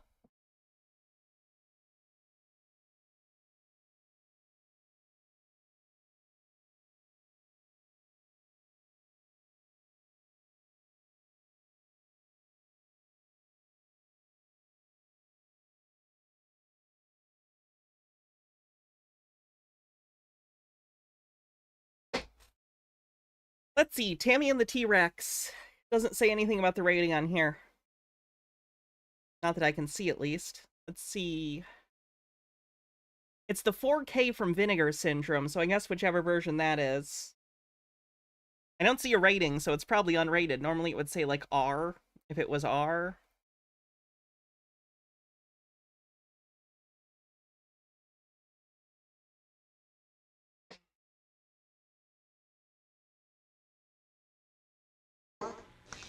I'm trying to be delicate about this, Mr. Biggs. About a year ago, you had a terrible car accident. A good deal of your body was burned up. Miraculously, though, your brain remained intact. You mean I'm dead? Not at all, no. We managed to save your brain and keep you alive. And all that's left of me is my brain? I'm afraid so. That's my brain on the table? Yes. Whoa, this is some joke. You guys had me going. My brain. Did my wife put you up to this? This is no joke, Mr. Biggs. That is your brain. Well, then how come I'm looking at it? Okay? How come I can still see if I've got no eyes, right? Listen, we've managed to connect certain sections of your brain to a computer network. The world you currently perceive about you is a virtual one we've created. We have a cameraman at your house with a remote that's connected to this network. That's how you're able to see your brain. Hello? Ah! Who's that? That was Bert, our cameraman. How you doing, Mr. Biggs? How am I doing? Does that camera have a viewfinder? Look at me. How do you think I'm doing? Bert, please tend to your camera. Yes, doctor. Can't believe this. I'm just a brain. Oh, the robo-brains? Yeah. Just a brain. What am I, the new poster child for the DEA? This is your brain on drugs? This is your brain on the table? Please, Mr. Biggs, you need to relax. Your vital signs are redlining. Vital signs? You have to have vitals to have vital signs? Look at me. Don't invite Chef Pierre over. He might decide to have sweetbreads for dinner. Oh, no, we ate the host. Please, Mr. Biggs, I assure you. Where's Henry? Where's Henry? Oh, no, I tossed him in the salad. Really, Mr. Biggs, I don't think... Just like that Oh my horrible... god, this clip, this bit goes on for so much longer than it needs to. I smell your brains. I smell Henry's brains. Of course you smell my brains. They're right on the kitchen table. Biggs, please. Where's my wife? Where's my wife? Is she all right? Your wife is fine. She wasn't with you the night of the accident. I must warn you, she won't be able to hear you. We had trouble connecting up a remote speaker. Where is she? Where is she? Hi, honey. Hey, baby, how you doing? Oh, she looks great. Baby, I wish I could feel that. Oh, that must be Dolph. Dolph? Who's Dolph? Hi, honey. I'd like you to meet my personal Oh my god, the brain's getting cuckolded. tennis instructor, Dolph. Hello, Henry. I need to go to the bathroom before we go. I'll be right back. I'll stay here and keep Henry company. Okay. Tennis? Since when did she start playing tennis? She doesn't even play badminton. Henry, you do not have a tumor. Is that supposed to be funny? What is that? What's that mean? She Referencing Kindergarten Cop. is my student. I am going to pop her up. What? What's he mean? What, Doc, what's he mean by that?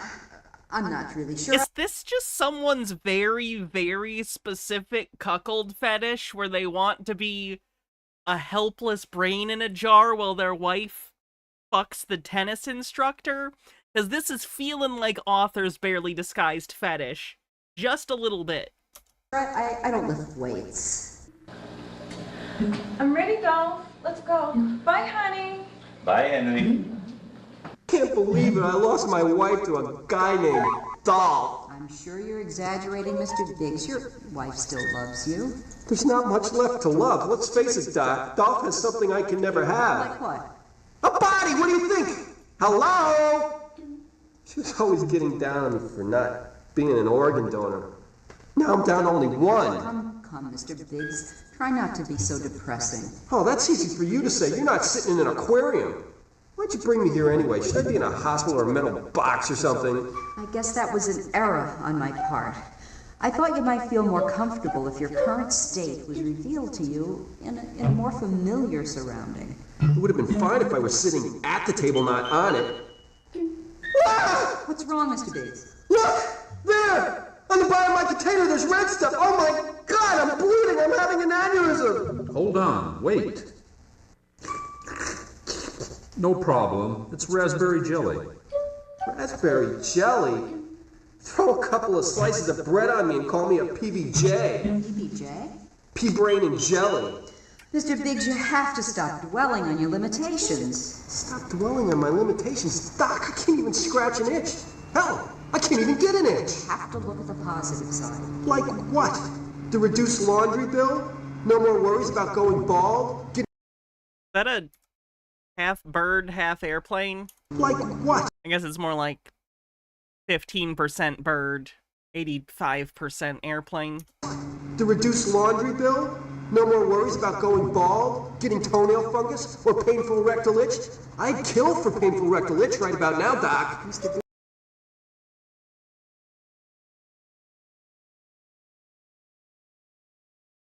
You forget where you are. Yeah, next to salt and pepper. No, I'm talking about being in virtual reality. Oh yeah, the land of flying cats and weird floating stuff. Big deal. Mr. Biggs, you don't realize the potential of this place.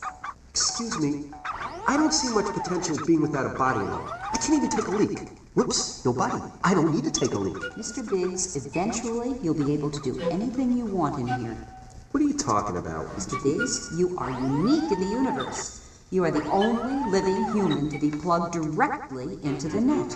You have only to think a thing, and it will come true. Oh god, he's trapped in the internet? That's worse than hell. Really? So I could, think a body? Certainly.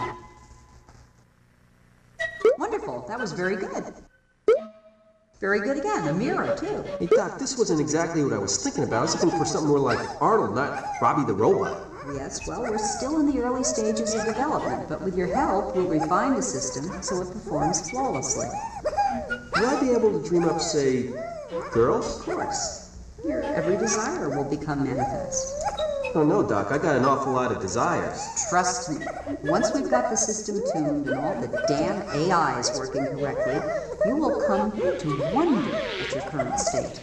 Black Mirror has really fallen off since Netflix got a hold of it. Yeah, well, we'll see. Come with me now. I'll take you to a place where you can rest while we move your brain back to the lab. All right. What's wrong, Mr. Biggs? I'm gonna miss my wife. I love her and all. But I don't really have the equipment to provide a lasting relationship, if you know what I mean. Oh, I think I understand. There was just one thing I was wondering if you'd do for me once you get everything tuned up and all. Certainly, Mr. Biggs. What is that? Do you think you can get me a copy of the Fredericks of Hollywood catalog? It's just... fetish? It's just fetish. What? What? Okay. Well, that's something. That's only one of the segments from this, but I think we'll take these one at a time. I will save this, and, we'll just continue. We're still gonna keep going for today, but, we'll tackle those segments, one at a time on VHS Vault, because I absolutely cannot sit through an entire hour of those. I will lose it. Alright, I have to use the bathroom again real quick. While I do, Chair will tell you about...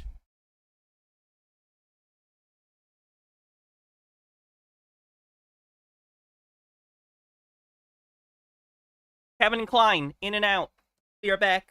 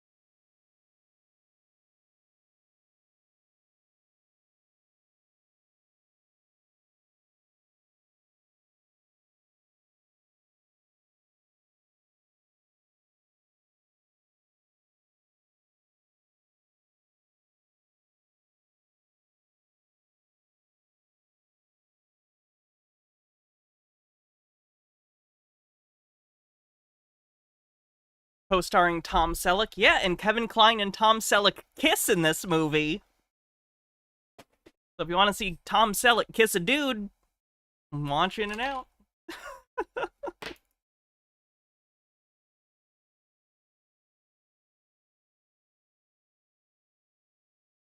Brayline, if you start unionizing my employees, I won't do anything.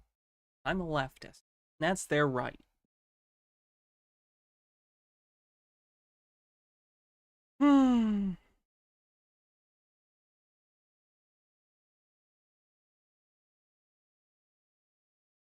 What is this? This is short? Let's see what this is. It's just called I'm No Actor?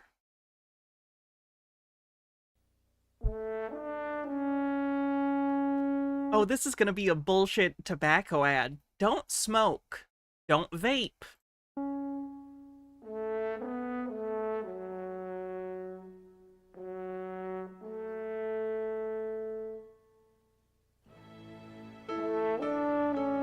Some things just get better with time. Tobacco's one of them. Not everybody's willing to take the time to do it right.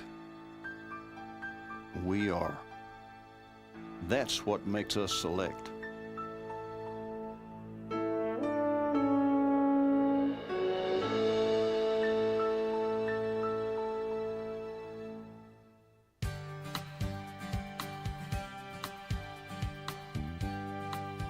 Patience is very much a virtue because you can't. Sharp Cozy and I genuinely don't care what people imbibe. I just think Twitch will be mad if I don't tell people not to smoke.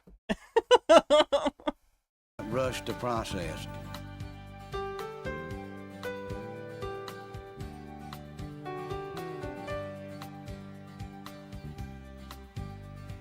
The big boys at the university say that it takes approximately 250 major decisions for 1 acre of tobacco.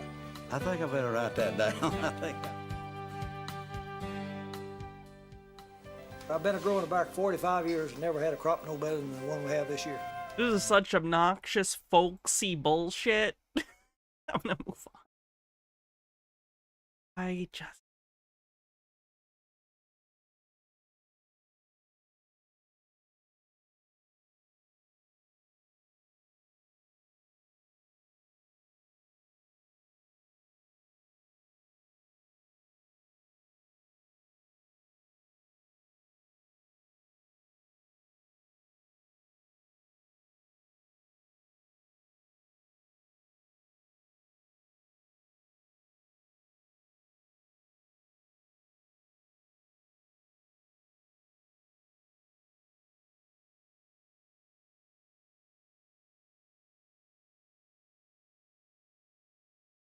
This is from 1958. This is high school students talking about what they think their future is going to be like.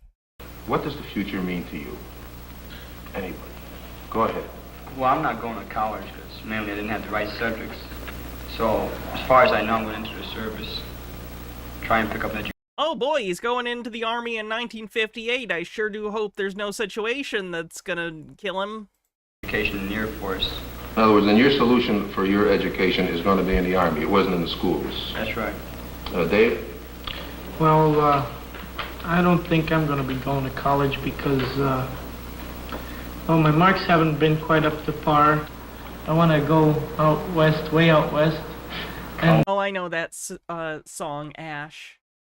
Yeah, I don't know if I want to play...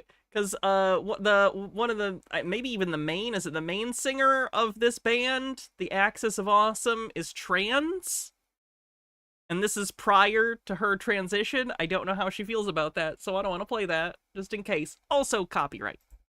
She's great. She's actually a Twitch streamer, as far as I know. Last time I checked. You're liable to be sent out there. I want to go out and be a plain ordinary dirt farmer and get my living from the soil. I like it a lot. I think I'm suited for it. How about the rest of you? Well, I'd like to go into business administration, possibly sales engineering if possible. I'm interested in meeting and talking with people, and I think that's my interest right now. Barbara? By the time you graduate high school, you're only about 18 or 19 years old. And personally, I don't think anyone is actually ready to go out and face life. I mean, Not that you're not ready to face life, but if you go and, as most kids who graduate at 18, a lot of them go out and get married within a year or two, and there you are. You're all set up for life. That's the way you've got to live. And you haven't any further education, and that's the only preparation you're going to have. And you, as far as I can see, most people stay around this vicinity wherever they're living, and that's the way they're going to be for the rest of their lives. Well, in other words, this early marriage business, you can't see I that. definitely feel that way. This is what you've been brought up for. That's right. To get married? At our To age? get married. I mean, the greatest thing in the world, I think, is to have children. Miles. Miles, I don't... how do you know all this, Miles? I've just watched people and the way they're way towards children, the way they bring up children, different ways. And I think it's the best thing in the world because we had to be brought up too. I mean, I don't think you should mix marriage and a career. If you're going to go to college and have a career and then decide to get married, I mean, after all, it's not fair to your husband, or even if you had children, it's not fair to mix a career up, to be out of the house. What do you all the say should time. be done? In other words, if you have a career, don't marry. Well, no, That's not what all she's the time. saying. It depends on the kind of career you have. Well, give me a for instance, Sheila. I want to know these things. It's almost like we're asking high school students shit, and they haven't thought it through very much because they're in high school. It would be something that would keep you away all day. I mean, what's the use of having children? What if a woman is talented and she has something to offer, and that don't you think that it's really her duty to give something to society, that she should really help society? I think it's just as much her duty to take care of her children. I believe also if you have children, you should stay home with them. Oh. But I'm speaking that I feel that when you're 18, that you're not ready just to go out and end up getting married. I think marriage is the final thing that you should be looking forward to. And by going to college, you prepare for this also. Many of you... Very reasonable standpoint. Doesn't think people should be getting married at 18. Yeah, probably good advice. You, even when as far as you know, are definitely going to college. May I see a show of hands, please? Okay. How many of you would like to go, but because of financial reasons, let us say, are not going? That's 3 more. And how many of you are not going to college? Now, this is interesting because of this reason. During our conference meetings, we've been taking test after test after test. And these tests have proved conclusively now. And when I say tests, I mean intelligence tests, tests that will show your mathematical abilities, your scientific aptitudes, whether you would be good in other types of fields. There's not one of you who has an IQ lower than 120. You have the aptitudes, you have the abilities. You can be a doctor, you can be a lawyer, you can be a journalist, you can even be a teacher. That's all over now. Nevertheless, we have here a group of 9, and only 3 are going to college. And if this were just Harding High that was involved, then the problem would be a minor one. But the point is this trend is all over the country. In other words, in the average high school in the United States, only 1/3 of those who should go to college do go to college. Now, what is the reason for this waste? And I think that we have... Literally, you asked some of them the financial reasons, and they put their hands up. What do you mean, what's the reason? Consider that some of it's clearly financial! Is a waste. Even back then! Mr. Snyder, why, if they stress education in college so much, really, why does it have to be so expensive? I think that the fault is... This is really disheartening hearing them say this in 1958 when it was already way cheaper, even when factoring inflation into the price. The public, because they take the responsibility for public education through high school, even though they may not want to, but they don't realize that it's necessary for them to take the responsibility for education through college for the people who are qualified and the people who need it. They want to have a better society, but they're not willing to do anything about it in giving education. They want to go ahead and build more rockets and all this, but they're not willing to do anything about it.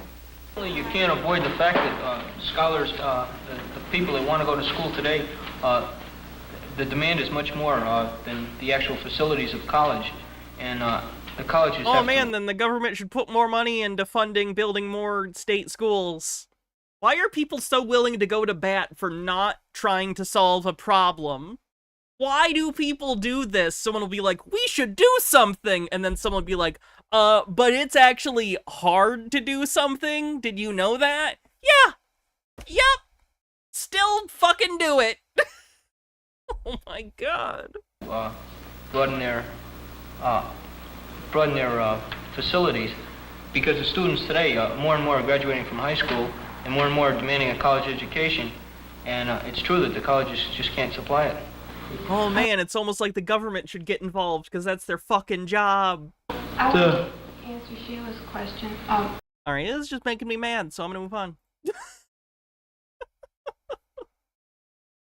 70 years later! Even worse.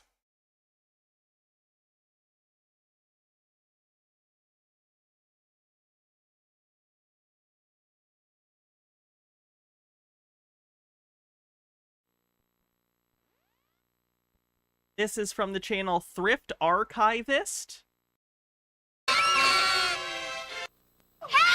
This is Walt Disney back in, what year was this? 1994, had a birthday party for Barbie. Happy birthday,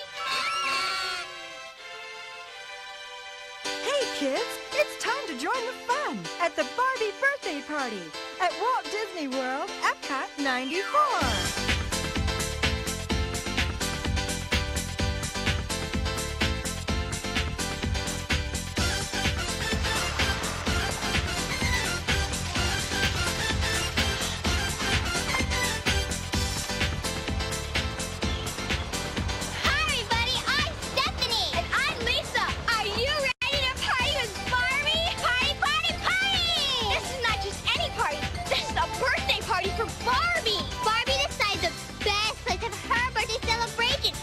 Right here at Walt Disney World, Epcot! And best of all, we're going to watch a sneak preview of an incredible new show, The Magical World of Barbie.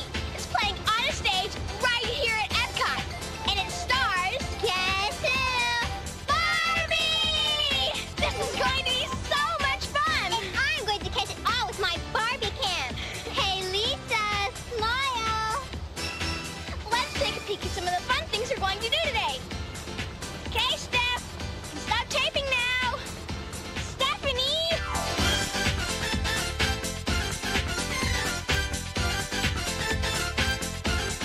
Imagine I can't believe by 94 they were already putting completely unrelated stuff into Epcot. For those that don't know theme park stuff, when Epcot was built, it was supposed to be kind of a World's Fair type thing. They were going to do like City of the Future stuff, as well as like a World Showcase with different pavilions. And then it wasn't popular, and Walt died in the middle of it being created, and they started cutting corners, and it just kind of turned into a mess. To this day, Epcot is still kind of a shit show for Disney, and they've never quite figured out what to do with it. So, weird that Barbie's in Epcot in 94. No thematic connection to Epcot at all. Around the world for Barbie's birthday. That's what it's like at Epcot. There's lots of different countries all together in one place. And we're going to take you there. We'll visit Mexico and France, England and Japan. More Figment. I have bad news about Figment. The creator of Figment and I share the same electrologist, and she is a Trump supporter. Sorry for Figment fans. I hate to break that to you. Italy and China. And finally, we'll stop in at the big stage right next to the lake. That's where we have front row seats to the fabulous Not a joke, by the way. Real thing. show, The Magical World of Barbie. Wow, this is going to be some birthday party for Barbie. Lucky me, Lisa. I get to take our friends to all those cool places. Lucky me, too, Stephanie. I get to show them something really special. I'm going to take them to... All aboard, Epcot World Showcase Pavilion. That's my ride. Gotta go. Okay, got your Barbie cellular phone? Yes, she being the creator of Figment. The fictional character of Figment has no political beliefs because they are a fictional character. The creator of Figment is a Trump supporter. Got yours? Double check. Okay, cool. Call you when I get there. While Stephanie's checking out the party plans, we've got something very special to do. We're going behind the scenes to the new show, The Magical World of Barbie. We're going to meet some of the special people that helped put this great show together. And don't forget, later on, we're going to watch some of the Barbie show. So come on, let's get going. Thanks. Oh no, I would never go to an electrologist that's a Trump supporter. No. I can't think of anything more exciting than a live musical stage show starring Barbie. But there's so many things you have to do to make her show perfect. You need fabulous places for her to go, incredible gadgets and gizmos, and of course, gorgeous costumes that are totally Barbie. The first person we're going to meet is the art director for Barbie's show. The art director is a very important person. She's the one who creates all the great ideas for the Barbie show. Let's see how she does it. What is the first thing that happens when someone asks you to create a special show for Barbie? Well, we've developed a team and we sit around and we try to imagine how we can best create the magical world of Barbie. And we went and got a lot of the toys from the toy store. We looked at how they transformed. Everything always transforms in the Barbie world. All of our vehicles, they start out as one thing and become another. And then we had to Barbieize them, like the glitter that we put on it and the gold. But it's Barbie's magical world, and that's what we wanted to create. This place is about as cool as it gets. This is where they make all the beautiful outfits for the Barbie show. And wait till you see some of her incredible fashions. Barbie is going to look so pretty. Barbie is a fashion queen. You know, she has great looks. She has a look for absolutely everything you could ever think of to do. And it's always done from head to toe, fully accessorized. I feel like being a costume designer for Disney World would be just the most stressful bullshit job. You're gonna constantly be mocking up designs and throwing together things and fixing costumes that have, like, taken damage from wear and tear, getting fittings done, I imagine, for new cast members. What a fucking nightmare. Bright colors, great hairdos. We're having a great time, so it's been a pleasure. Wow, Barbie's going to look great on stage. Bet that's Stephanie. Hey, Steph, what's happening? Hola, mi amiga. That's Spanish for hello, my friend. I've got some great news. Remember, it's Epcot, so we have the World Showcase. Let's throw something about that in there. We'll give her a sombrero. Sure, why not? What's up? I'm here at the Mexico Pavilion, and I found the most perfect birthday party decoration. Cool. I guess it's time to switch the show over to you. Hasta la vista. Speak to you soon. Wait till you see what we're gonna do. How much sugar and caffeine did they have to give these kids to elicit these performances? Like, they're seriously, like, so excited in every take. Oh my god, guys! It's Barbie's birthday! Exhausting. Who put the cupcake wrapper on Barbie? Barbie loves anything with bright colors. For her birthday, I found the most colorful and fun party decorations right here in this Mexican village. Check this out. What could be more perfect than these piñatas? I think they're really special, and I know Barbie is going to love them. They're not authentic piñatas unless half of them are stolen, not licensed, copyrighted characters. Hi, girls. Hi, Stephanie. Where's the fucked up SpongeBob? I don't see fucked up SpongeBob piñata anywhere. In case you didn't know, piñatas are always part of birthday parties in Mexico. First, we fill the piñata up with candy, just like my friends are doing. Next, we blindfold you. Then you try to break the piñata open so all the candy falls out. And then you get to eat some. Hey, everybody, are you ready to break the piñata? Yeah! Oh, we're gonna actually watch them hit the piñata. Okay, that's interesting.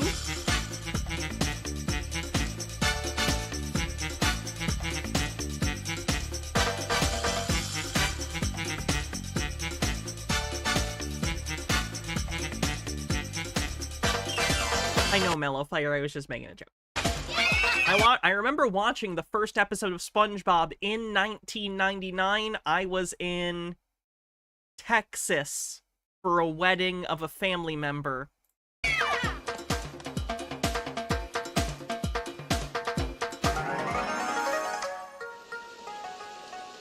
H-Baird says, I still feel disappointed that coronavirus-shaped piñatas never became a thing once the vaccines came out. That's oddly specific. Konnichiwa. That's Japanese for good day. In Japan, there are lots of pretty gardens, just like this. Come on, I want you to meet a friend of mine. She's making a gift for Barbie. In Japan, a traditional gift is made out of origami. Origami is a Japanese art of paper folding. Suzuko, what are you making? I'm making star-shaped box. Wow. I can show you. Like this. Oh my gosh. So what is this? This is a crane. We call this tsuru in Japanese. And what is this? This is frog. Frog? So this frog can jump. It can? Yes. Okay, I can show you. Like this. Oh, I want to try that. That's cool. Wait till you see the very pretty birthday gift she's made for Barbie. This is a mobile made from lots of origami cranes. Look how she's added the very colorful paper ball at the end. I think it's really beautiful, just like Barbie.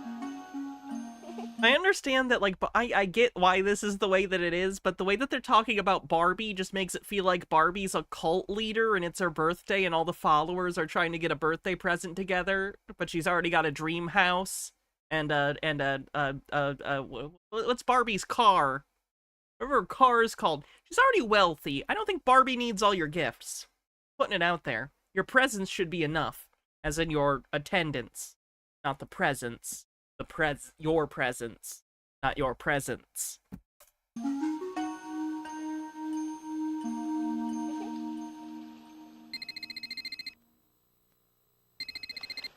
Hi, Lise, what's happening? We're about to watch a dance rehearsal from the Barbie show. Wow, that'll be exciting. Will Barbie be at the rehearsal? Of course, and so will her friends. Great! Kind of the point of a rehearsal. Stephanie, I better go now. The rehearsal's going to start soon. Okay, have fun. Call you later. Thanks, bye. Wait till you see where I am. Look at this. I'm standing on the actual stage where Barbie and all her friends are going to perform for us later. And as anyone who has ever struggled through ballet and tap lessons knows, it takes hours of practice to be perfect, even for Barbie and her friends. In Barbie's world, there's no limitations. In Barbie's world, there's nothing you... Let me see if I gotta skip this. No, okay. Apparently Disney doesn't give a shit about this defunct live show, so I don't have to worry about the music. Good! can't do. In Barbie's world, use your imagination and make your dreams come true. This is where Barbie will get her hair and makeup done before the show. I'll bet she's going to be wearing some incredible hairstyles. Wouldn't it be fun to have someone fix your hair? ABC Archives, welcome! It's, this is a video about Barbie's birthday at Walt Disney Epcot in 1994. All the time? I heard what you were saying. I'm one of the hairstylists for the Barbie show. I have some free time now. Would you like me to fix your hair? Wow, how cool! Could you really do that? Sure. Let's look at it. Huh, I have a fun idea. This is too cool! Stephanie will be so surprised. While I get my hair done, let's see some of Barbie's new looks for her show. I'm not gonna lie, if I had the opportunity to get my hair done by Barbie's hairdresser, I would also be fucking thrilled. Even if it is fictional Epcot Barbie, that's still gonna be a fabulous fucking haircut. Barbie's world, there's no limitations. In Barbie's world, there's nothing you can't do. In Barbie's world, use your imagination. This actress, she had to have been originally hired to play Ariel in the parks, right? Actually, what year did Little Mermaid come out? Because this was 94. Was Little Mermaid 94 or 96? Around there, right? She just has a very Ariel look. Although that could be a wig. 92? Okay, maybe she is. She's gotta be doing Ariel sometimes, right? Look at her. She looks just like Ariel, but like not 16. Oh, 89? Oh yeah, she must have been hired as Ariel. Maybe she hates that, though. Maybe she doesn't want to be typecast. Well, what do you think? I love it. Wait till Stephanie sees me. Speaking of Stephanie... Hi there. Lisa, I need you over here right away. What's the rush? I can't tell you. It's a surprise. Just meet me at the China Pavilion as soon as you can. I'll explain then. Gotta go. But Stephanie, what? Yeah, Ariel is 16 in The Little Mermaid. Wait. And Eric is, like, older than that. A surprise? Let me look how old Prince Eric is in The Little Mermaid.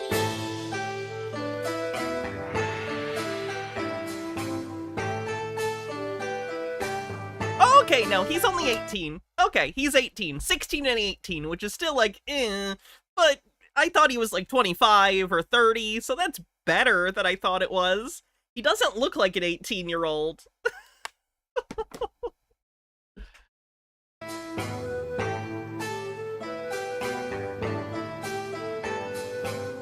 That looks really cool, but what does it mean?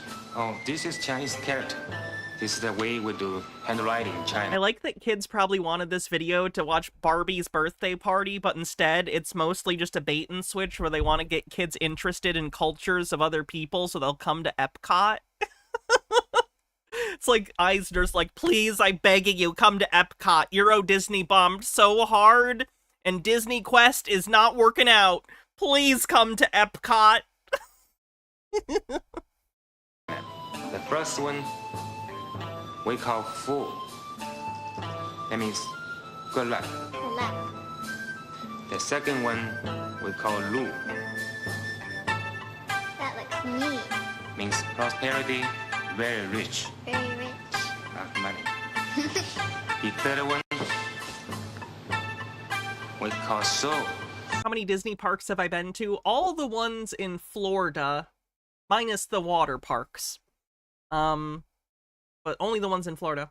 Agebird says, respect for other cultures. When will this woke indoctrination end? And to be clear, I've never gone on my own dime. I'm a broke-ass bitch. That was when I was a kid, and my parents were footing the bill. My grandparents lived in Florida, so like every summer I would go see them, and they had year passes. They had just had like year-long passes, and they were residents, so they get lower prices on tickets. We went to Universal or Disney in like the 90s and early 2000s. I haven't been in over a decade, so I don't know what the parks are like these days. All my memories are nostalgia. Long life. Great. The last one we call She. She? Means double happiness. And also, I'm not going to fucking Florida these days. I don't want to get any of the Florida on me. Very happy. Wow, that's great. These four characters in China. Is that the grandparents I'm close with? No. They are best wishes. Wow. I have a great idea. Could we make t-shirts that say Happy Birthday Barbie in Chinese characters? Sure, no problem. I can also add a double happiness on the t-shirt for you. All right, thanks. That'll be great.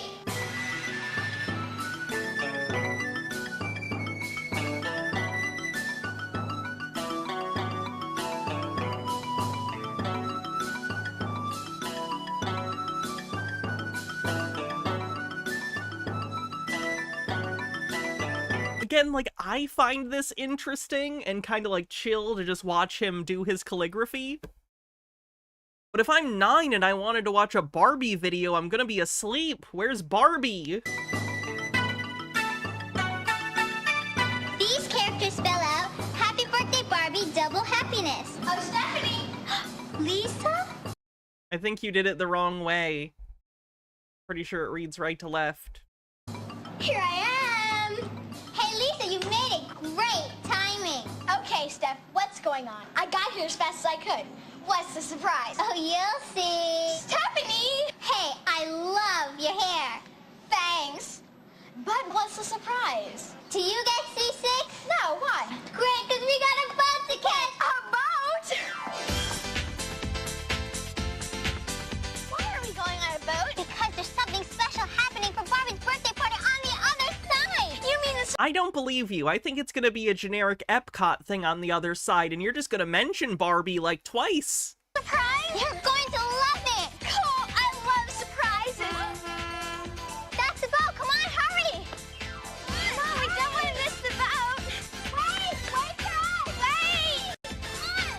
It's going to be so neat. We're going on a boat. So cool. Come on, hurry. The boat. Yeah, wait. Bye.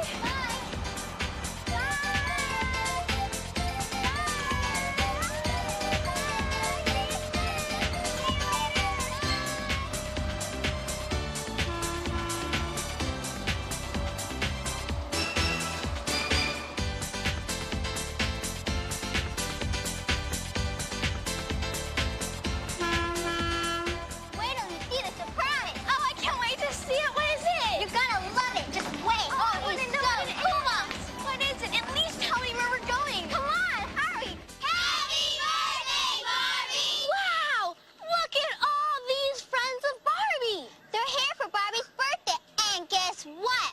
They're making their own personal birthday card for Barbie. What a great idea! What a great surprise, Stephanie.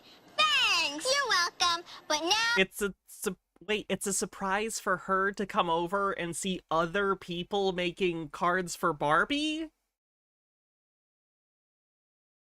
Are they just vamping for time? What are they doing? I gotta get this on tape. Smile, Lisa. Oh, thank you, Alex. I didn't realize that. Oh, not again. What's your card say? Happy birthday, Barbie. Happy birthday, B. Have a good one. That's cute. Wow. What's your name? Jessie. Jessie? And would you like to say anything to Barbie? Happy birthday. Okay. Oh, that's sweet. Pretty Barbie. I love you. Bright colors, more bright colors. Everybody's got bright colors. Barbie will love all these, I know. My birthday card for Barbie has every shade of pink I could find. Plus, lots of glitter. Barbie is going to be so surprised when she sees all these birthday cards. Hey, Lise, all this running around is making me hungry. Let's get something to eat. Okay, how about spaghetti? Yeah, and I know the perfect place.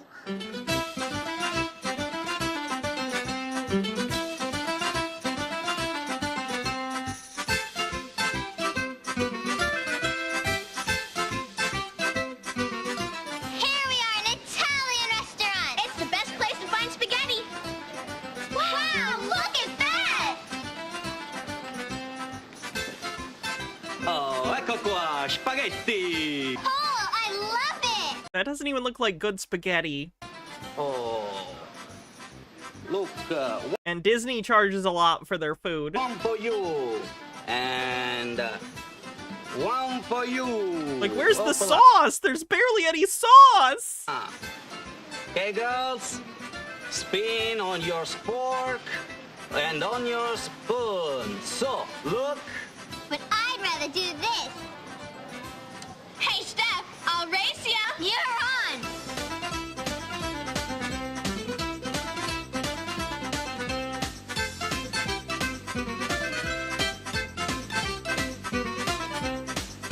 Oh, mamma mia, no, no.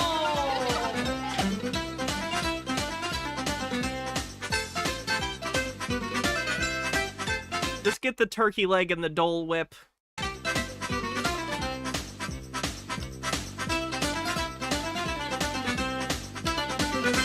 Hey, Lisa, let's take a walk to France to see what's happening for Barbie's birthday. Okay, cool.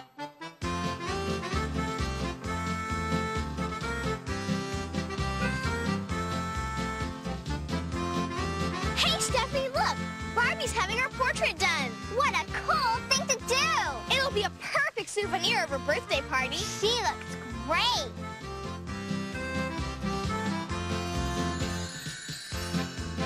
Just a little while, we'll take you over to the stage where we will watch an exciting preview of the new Barbie stage show. Finally, you'll get to see all the neat stuff that Lisa showed you, all put together. But first, it's time for a special treat. A birthday cake! Oh, wow. Voila! Happy birthday, Barbie! For Barbie's birthday, I baked the most perfect, the most delicious, most fabulous cake ever. Pie is not better than cake. Get out of here. What are you talking about? There's a reason people don't have birthday pies, typically. You could. I'm sure people do. But it's not the standard. So I think that reality's on my side here. Society has deemed that cake is better. I'm just saying. That's reality. C'est magnifique. That's French for magnificent. And I don't even hate pie. I used to not like pie. Now I like pie. Barbie will love it. And unfortunately, I'm not allowed to say what my favorite flavor of pie is, because you're all degenerates. And if you say it on the internet, And I know I will. Gotcha. Hear ye! Hear ye! Who's that? Hear ye! Hear ye! Hear ye! Hear ye! All friends of Crown, Country, and Barbie, gather not round. peach. My favorite pie is chocolate cream pie. My favorite pie is cream pie. I love cream pies. For a notice of great import. I don't know about that Crown and Country stuff, but we're friends of Barbie. Hear ye! Hear ye! All friends of Barbie, your presence is hereby Not my fault you're all perverts. They're genuinely delicious. at the American Garden stage for the commencement of the magical world of Barbie. Get thee in great haste. Hear ye! Hear ye! What did he say? He said Barbie show's about to start, and we better get there now. Yeah, that's what I thought he said. Right. Hey, there's a ride. See you at the show. Bye.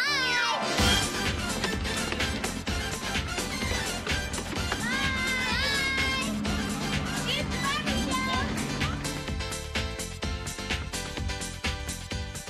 I'm so excited. Just look at the crowd. The Magical World of Barbie is a very special show. It stars Barbie and all her friends in a really fun story that takes Barbie all over the world. Okay, everybody, this is it. The Magical World of Barbie is about to begin. Woo! It's Barbie's world. There's no limitations. This is the same song from earlier. Shenanigans. I didn't have to watch this whole tape. You already previewed this. Barbie's world. There's nothing you can't do. It's Barbie's world. It's your imagination. I wonder if any of the outfits are based on actual Barbie and Ken outfits, or if they just kind of tried to fit the style. Because, like, in the Barbie movie, the Gerwig film from last year, they based the outfits off actual Barbie outfits, which is very cool. By the way, if you haven't seen Barbie, even with the hype and stuff died down, it is a very good movie. I'd recommend it. It's quite funny. Production design is, like, so fun to look at, and just look at all the things and the toyetic nature of the world. Would recommend. Come with us, right this way. Come with us, let's go play ball.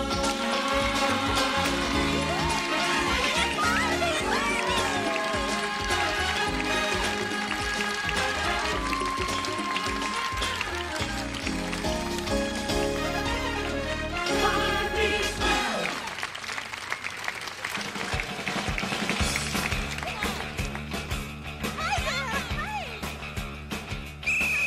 Barbie, on behalf of Australia, I am thrilled to present you with the first Earth and Animals Award. Thank you. I'm so thrilled and honored by this award. Good on you, Barbie. Now, let's celebrate Earth Day the best way us Aussies know how, in the purest water in the world. Surf's up, mates.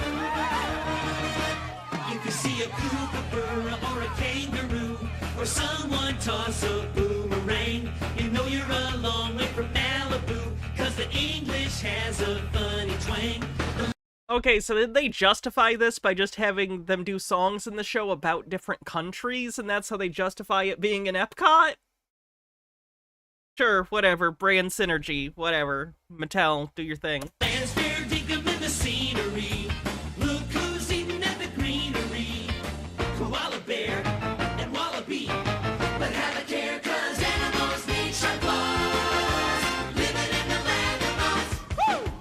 Hey, mates, let's throw another shrimp on the Barbie. Excuse me? Oh, just an expression. When we get to cool and got a beach where the surface grows. Real glad we brought our mates along. We're hanging 10 in the undertow. Okay, I don't think either Barbie or Ken are very good in this. Fantastic! What a show! We hope you're loving the magical world of Barbie just as much as we are. But right now, a whole lot of special people have a message for Barbie. Happy birthday, Barbie. Joyeux anniversaire, Barbie. Happy birthday, Barbie! Happy birthday, Barbie! Feliz cumpleaños, Barbie! Buon compleanno, Barbie, and happy birthday! Happy birthday, Barbie! Happy birthday, Barbie! Happy birthday, Barbie, from jolly old England. Barbie, 生日快乐 Happy birthday, Barbie. Happy birthday, Barbie, and many happy returns. Wow! Barbie has friends from all over the world! That's what's great about Barbie. She's everyone's friend. Now let's get back to the show. When you're not happy with what you wear, and you know you gotta do something with your hair, it's time to take drastic action. Pull out all the stops. It's a fashion reaction. You take it, take it. I feel like an asshole. She's not like a bad singer or anything. She's perfectly acceptable. I don't feel like she has the energy for Barbie? Does that make sense? I'm not getting Barbie from her. I'm just getting lady singing. I don't get Barbie from her. I'm disappointed. The very top. You've got the touch. Some of that's probably colored by the fact that I've seen Margot Robbie's Barbie, but The Barbie touch. All you gotta do is accessorize. You've got the touch. The Barbie touch. Just a trick or two. Try it on for size. It's a trend. It's a phase. It's the latest fashion craze. You've got the Barbie touch today. Mon ami, what you have done here, it is fabulous. You got the touch. The Barbie touch. All you gotta do is accessorize. You got the touch. The Barbie. that's true, H. Baird. But they knew they were going to be filming this for a promotional thing, so you'd think they would have gotten their best. Because, like, different people do the performances on different days sometimes, because they are a park that is running every single day virtually, so they don't have the same people doing the same shows every day. They have people take shifts. You'd think they would have put the best people on for the promo video and told them, this is the promo day, we're shooting. So A-game today. Just a trick to try it on for size. It's trend. It's a phase. It's the latest fashion craze. You got the Barbie touch. Mesdames and messieurs, Nemesaur, thank you for gifting 10 Tier 1 subs. Thank you so much. presenting the annual And happy birthday, Barbie. Guy des Créations International Ooh La La Festival of Fashion. You can touch it down. D-R-E-S-S. The Barbie touch. You can touch it up. You can touch it down. Barbie touch it up all around. The Barbie touch. You can touch it up. You can touch it down. Dress up, dress down, all around. D-O-U-C-H. The Barbie touch. You can touch it up. You can touch it down. You got the Barbie touch today. Touch.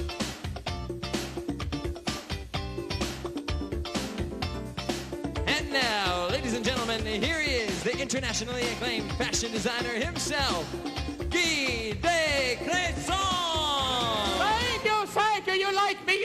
liked me, but I cannot take all of the credit. No, the true star of the day is the wonderful, the fabulous Barbie!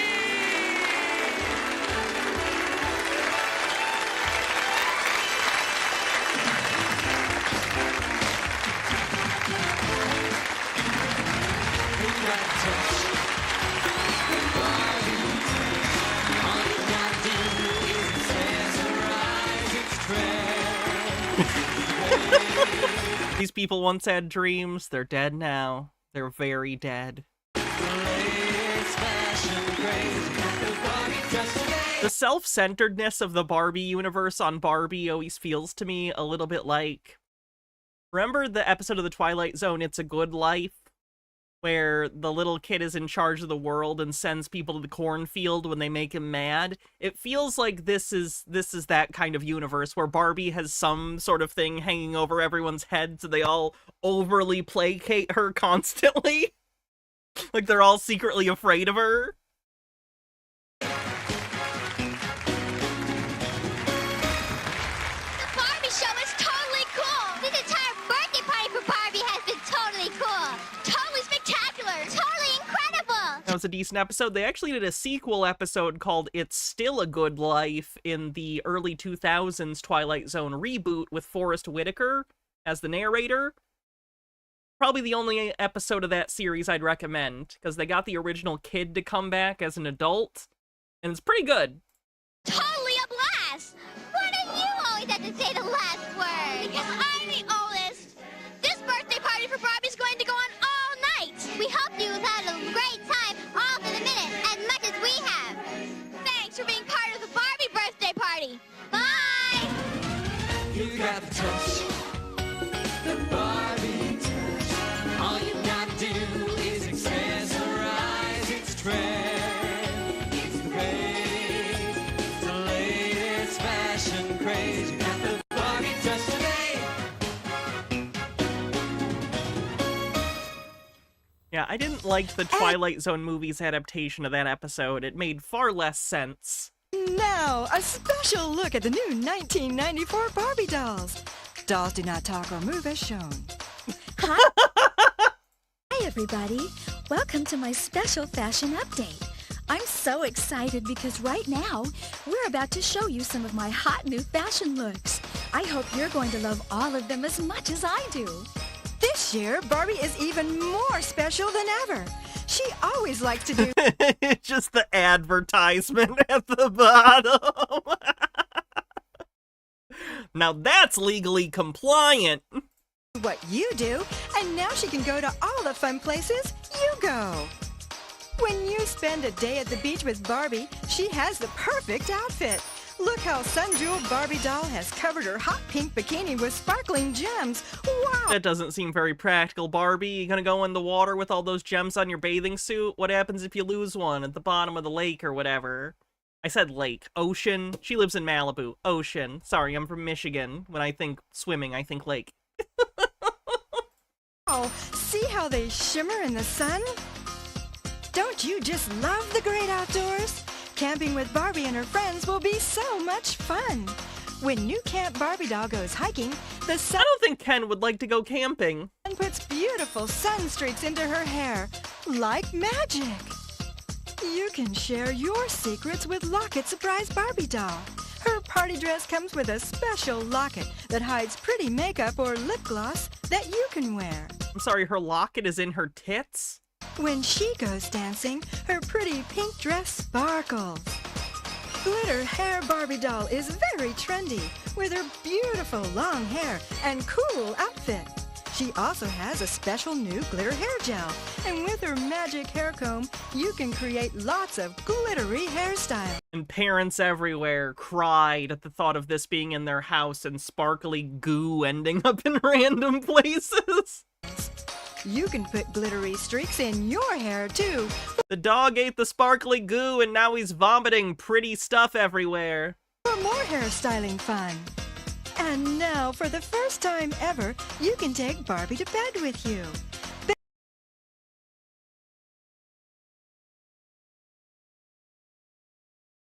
And you people think I need work on my phrasing. Bedtime Time Barbie doll is so soft and cuddly, you'll never want to stop hugging her. And you can get her ready for bed when you brush your teeth and wash your face.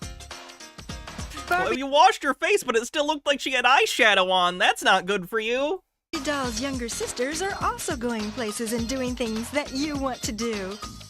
With Cool Crimp Skipper Doll, you can create lots of different fun crimped hairstyles. You can even make hearts. Yeah, it's so Skipper easy would want to crimped do. hair. Happy Meal Stacy Doll has a Oh no! Happy Meal Barbies on a Disney video. Oh, the brand integration, the psychic damage. Ah!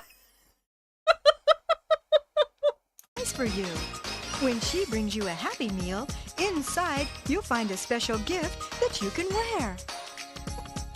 Barbie continues to travel around the world looking for special fashions from fabulous places like China, Africa, and Holland. Doesn't she? You know, Africa, just the whole thing. That's a whole continent, but the culture there is completely homogenous, right? That's fine. You can just say that. That's fine. Beautiful in all of her costumes? Barbie is so amazing. Her glittery fashions really sparkle. You can take her to bed or take her camping.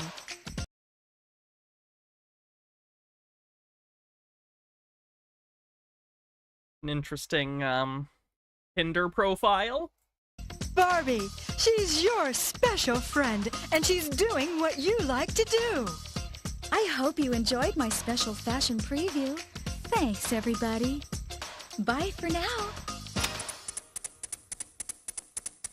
Well, that was something. I'm glad we watched that. That was ridiculous. Let's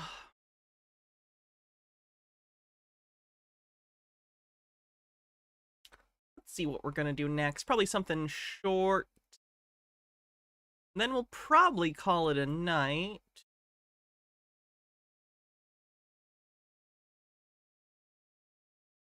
We already did Be Cool About Fire Safety, which is classic.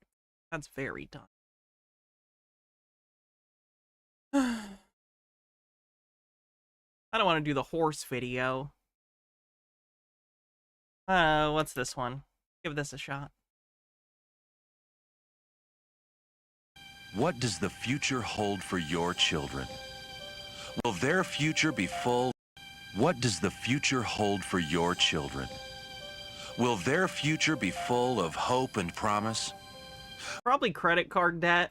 Will they be free to choose what they want to do in life? The success and happiness of your children tomorrow is being determined. I do have that MathNet saved. I'm still saving it. By the education they are receiving today. Are your children being prepared for tomorrow?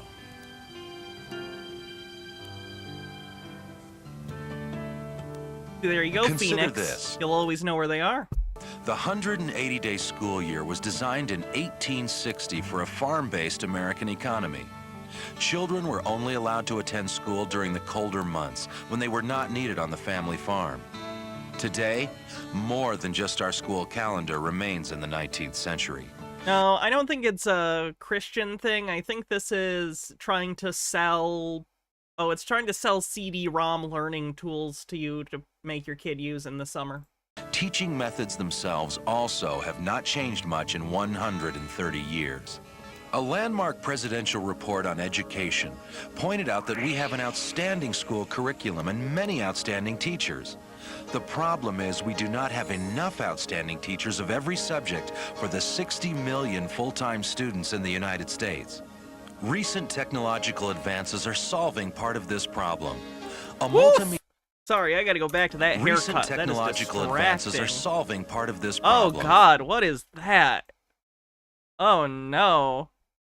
That's not even a good, like, in terms of bowl cuts, that's a bad bowl cut, and I'm grading on the bowl cut curve. Holy shit. Oh, that's so bad. A multimedia personal computer. Joke's on me. He's just an aspiring Franciscan monk. Can bring the best teacher of each subject to millions of students, interacting almost as if they were together face to face.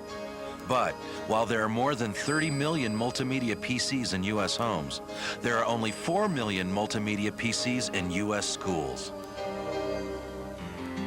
Since 1989, E. Walker, thanks for following. Zane Publishing has been converting school curriculum into interactive multimedia CD-ROMs in partnership with the world's best educators and textbook publishers. Zane CD-ROM titles are used by millions of students in schools throughout the country. These titles are purchased by schools for $75 to $100 each and licensed for use by unlimited numbers of students. Now, these same Zane titles are available for home use at a small fraction of this price. I can't even really make fun of this because when I was a kid, I really liked educational, like, CD-ROM games, like Carmen Sandiego and stuff.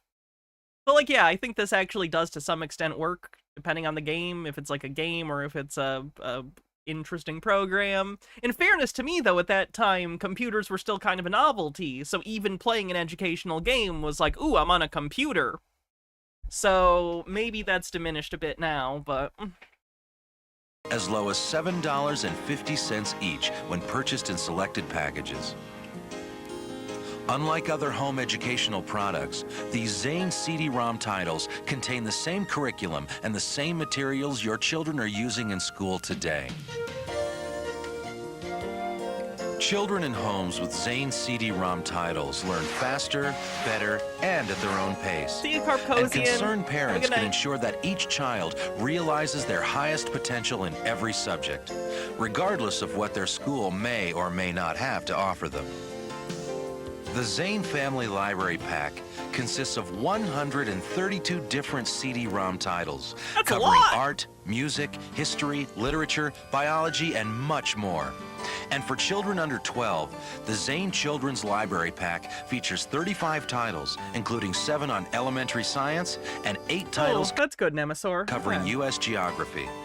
Each of these CD-ROM titles utilize Zane's exclusive, easy-to-use Power CD format. Power CDs are preferred by both computer experts and novices because they require no installation and use no hard disk space. Unlike most other CD-ROMs that require installation, all Zane Power CD titles run easily on any Mac or Windows PC. Every Power CD title begins with the full-screen feature presentation to quickly and easily get you into the program.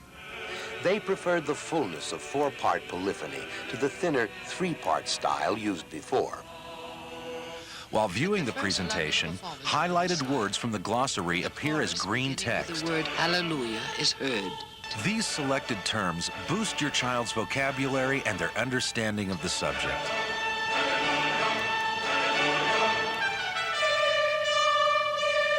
Today, more than 2 centuries later, audiences still stand for the Hallelujah chorus. View any photo full screen. Martin Luther by Lucas Cranach, 1472 to 1553. And print the photo in full color. Imagine the advantage this will give your children on assignments for school. Will it? Are you gonna get a better grade because you had a color printer? That seems classist. You shouldn't be grading kids based on who had a color printer. For additional comprehension, key terms from the included American Concise Encyclopedia appear in blue text.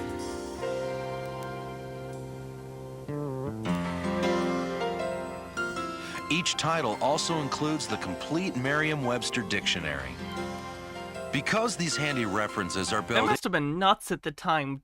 Like, encyclopedia and dictionary sets were so expensive back in the day, and then suddenly you could get them just on a computer for a relatively cheap price, rather than like a big encyclopedia set. ...into each title.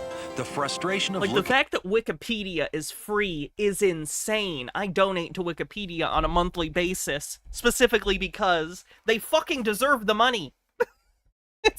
You have no idea. Looking something up in the dictionary is a thing of the past.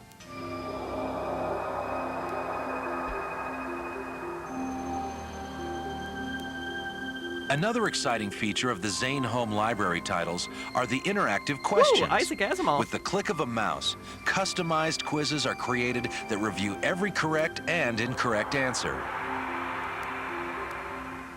This powerful feature builds your child's confidence by reinforcing what they have learned and enables you to track their progress.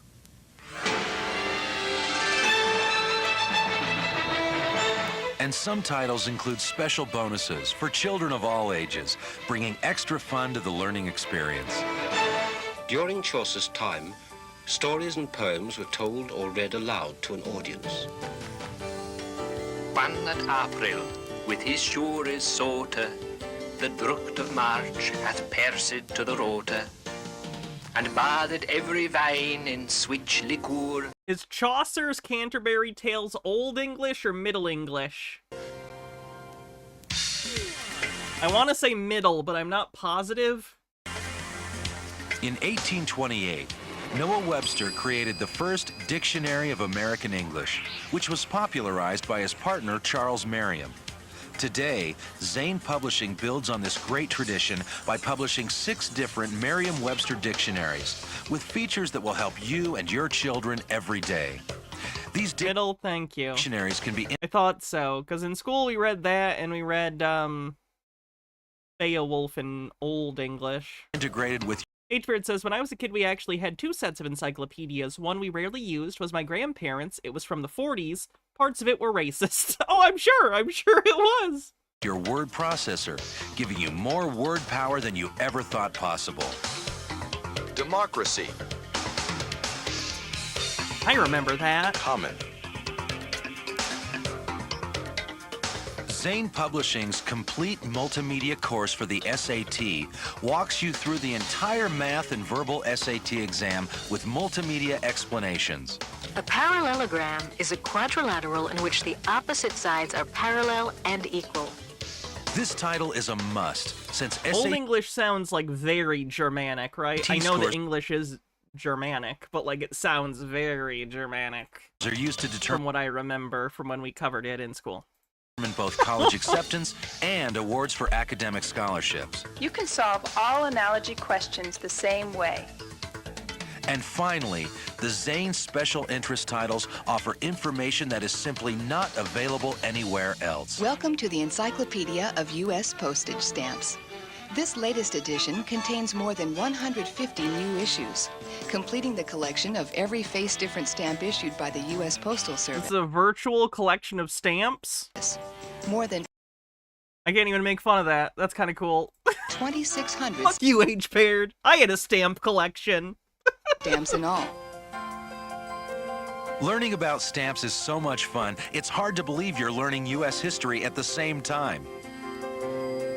The Encyclopedia of U.S. I had an album for my stamps. I don't know where it went. Endangered Species has a complete multimedia report on virtually every endangered animal and plant, plus more than 3,000... I had like a subscription where they'd send me different stamps every month, and I'd put them in my book. ...and photographs. Your family will spend hours learning about the endangered species in your area and what you can do to help save them.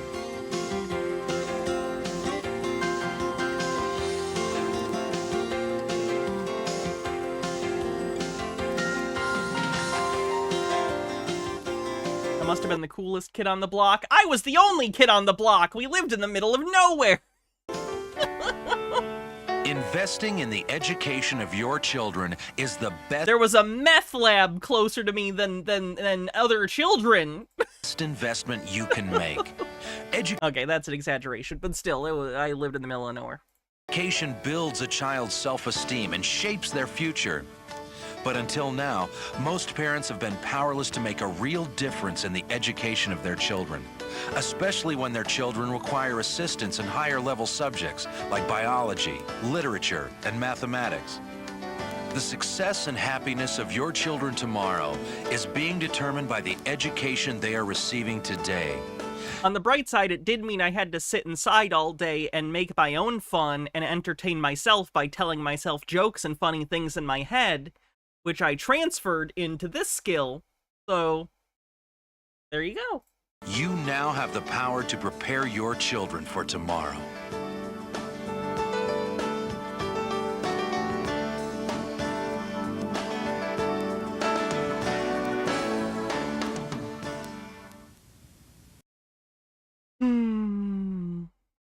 All right, well, thanks everyone for hanging out today and watching.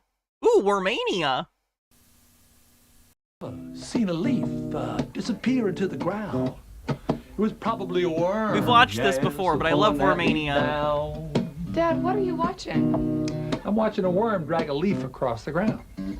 Why are you watching a worm drag a leaf across the ground? Because it's fascinating. So I thought I'd just have to write a song about it. Fascinating? Yeah. That's right. I couldn't agree with you more, Billy B. Who said that? I did. I'm Mary Applehoff, the worm woman from Kalamazoo, and I speak for the worms. Based worm woman. Hold on, I gotta show you the disgusting worm stuff. As you can see, the only thing left on it is the rind. But since they don't have teeth, they rely on bacteria to break down the food before they eat it. I like to say, worms eat my garbage. But it's probably more correct to say, worms eat the bacteria that eat my garbage. And is it like this? Exactly. And the sperm fertilize the egg. Here's when she talks to the kid about how worms fuck. Like this? Exactly. And the sperm fertilize the egg inside the cocoon. Let's take a look at the real thing. These are actual cocoons, about as big as a grain of rice. See how translucent they are? Does that mean you can see through them? No, that means the light can pass through them. Right again. Worms, making worms. Oh, this is what I wanted to show you. This disgusting, writhing mess of worms fucking each other. This is disgusting, and this is nature. It's mating time, I said worms, exchanging sperm, locked together with slime. Speak, Clyde, tell them that mucus flow. The mucus hardens, then the cocoon grows. Like a ring, it moves off the worm, gathering the eggs and the sperm of worms, making worms. It's mating time, I said worms, exchanging sperm, locked together with slime. Coming to you live from the Republican National Convention! Exchanging sperm, locked together. Alright, let's see who we're gonna raid. Oh.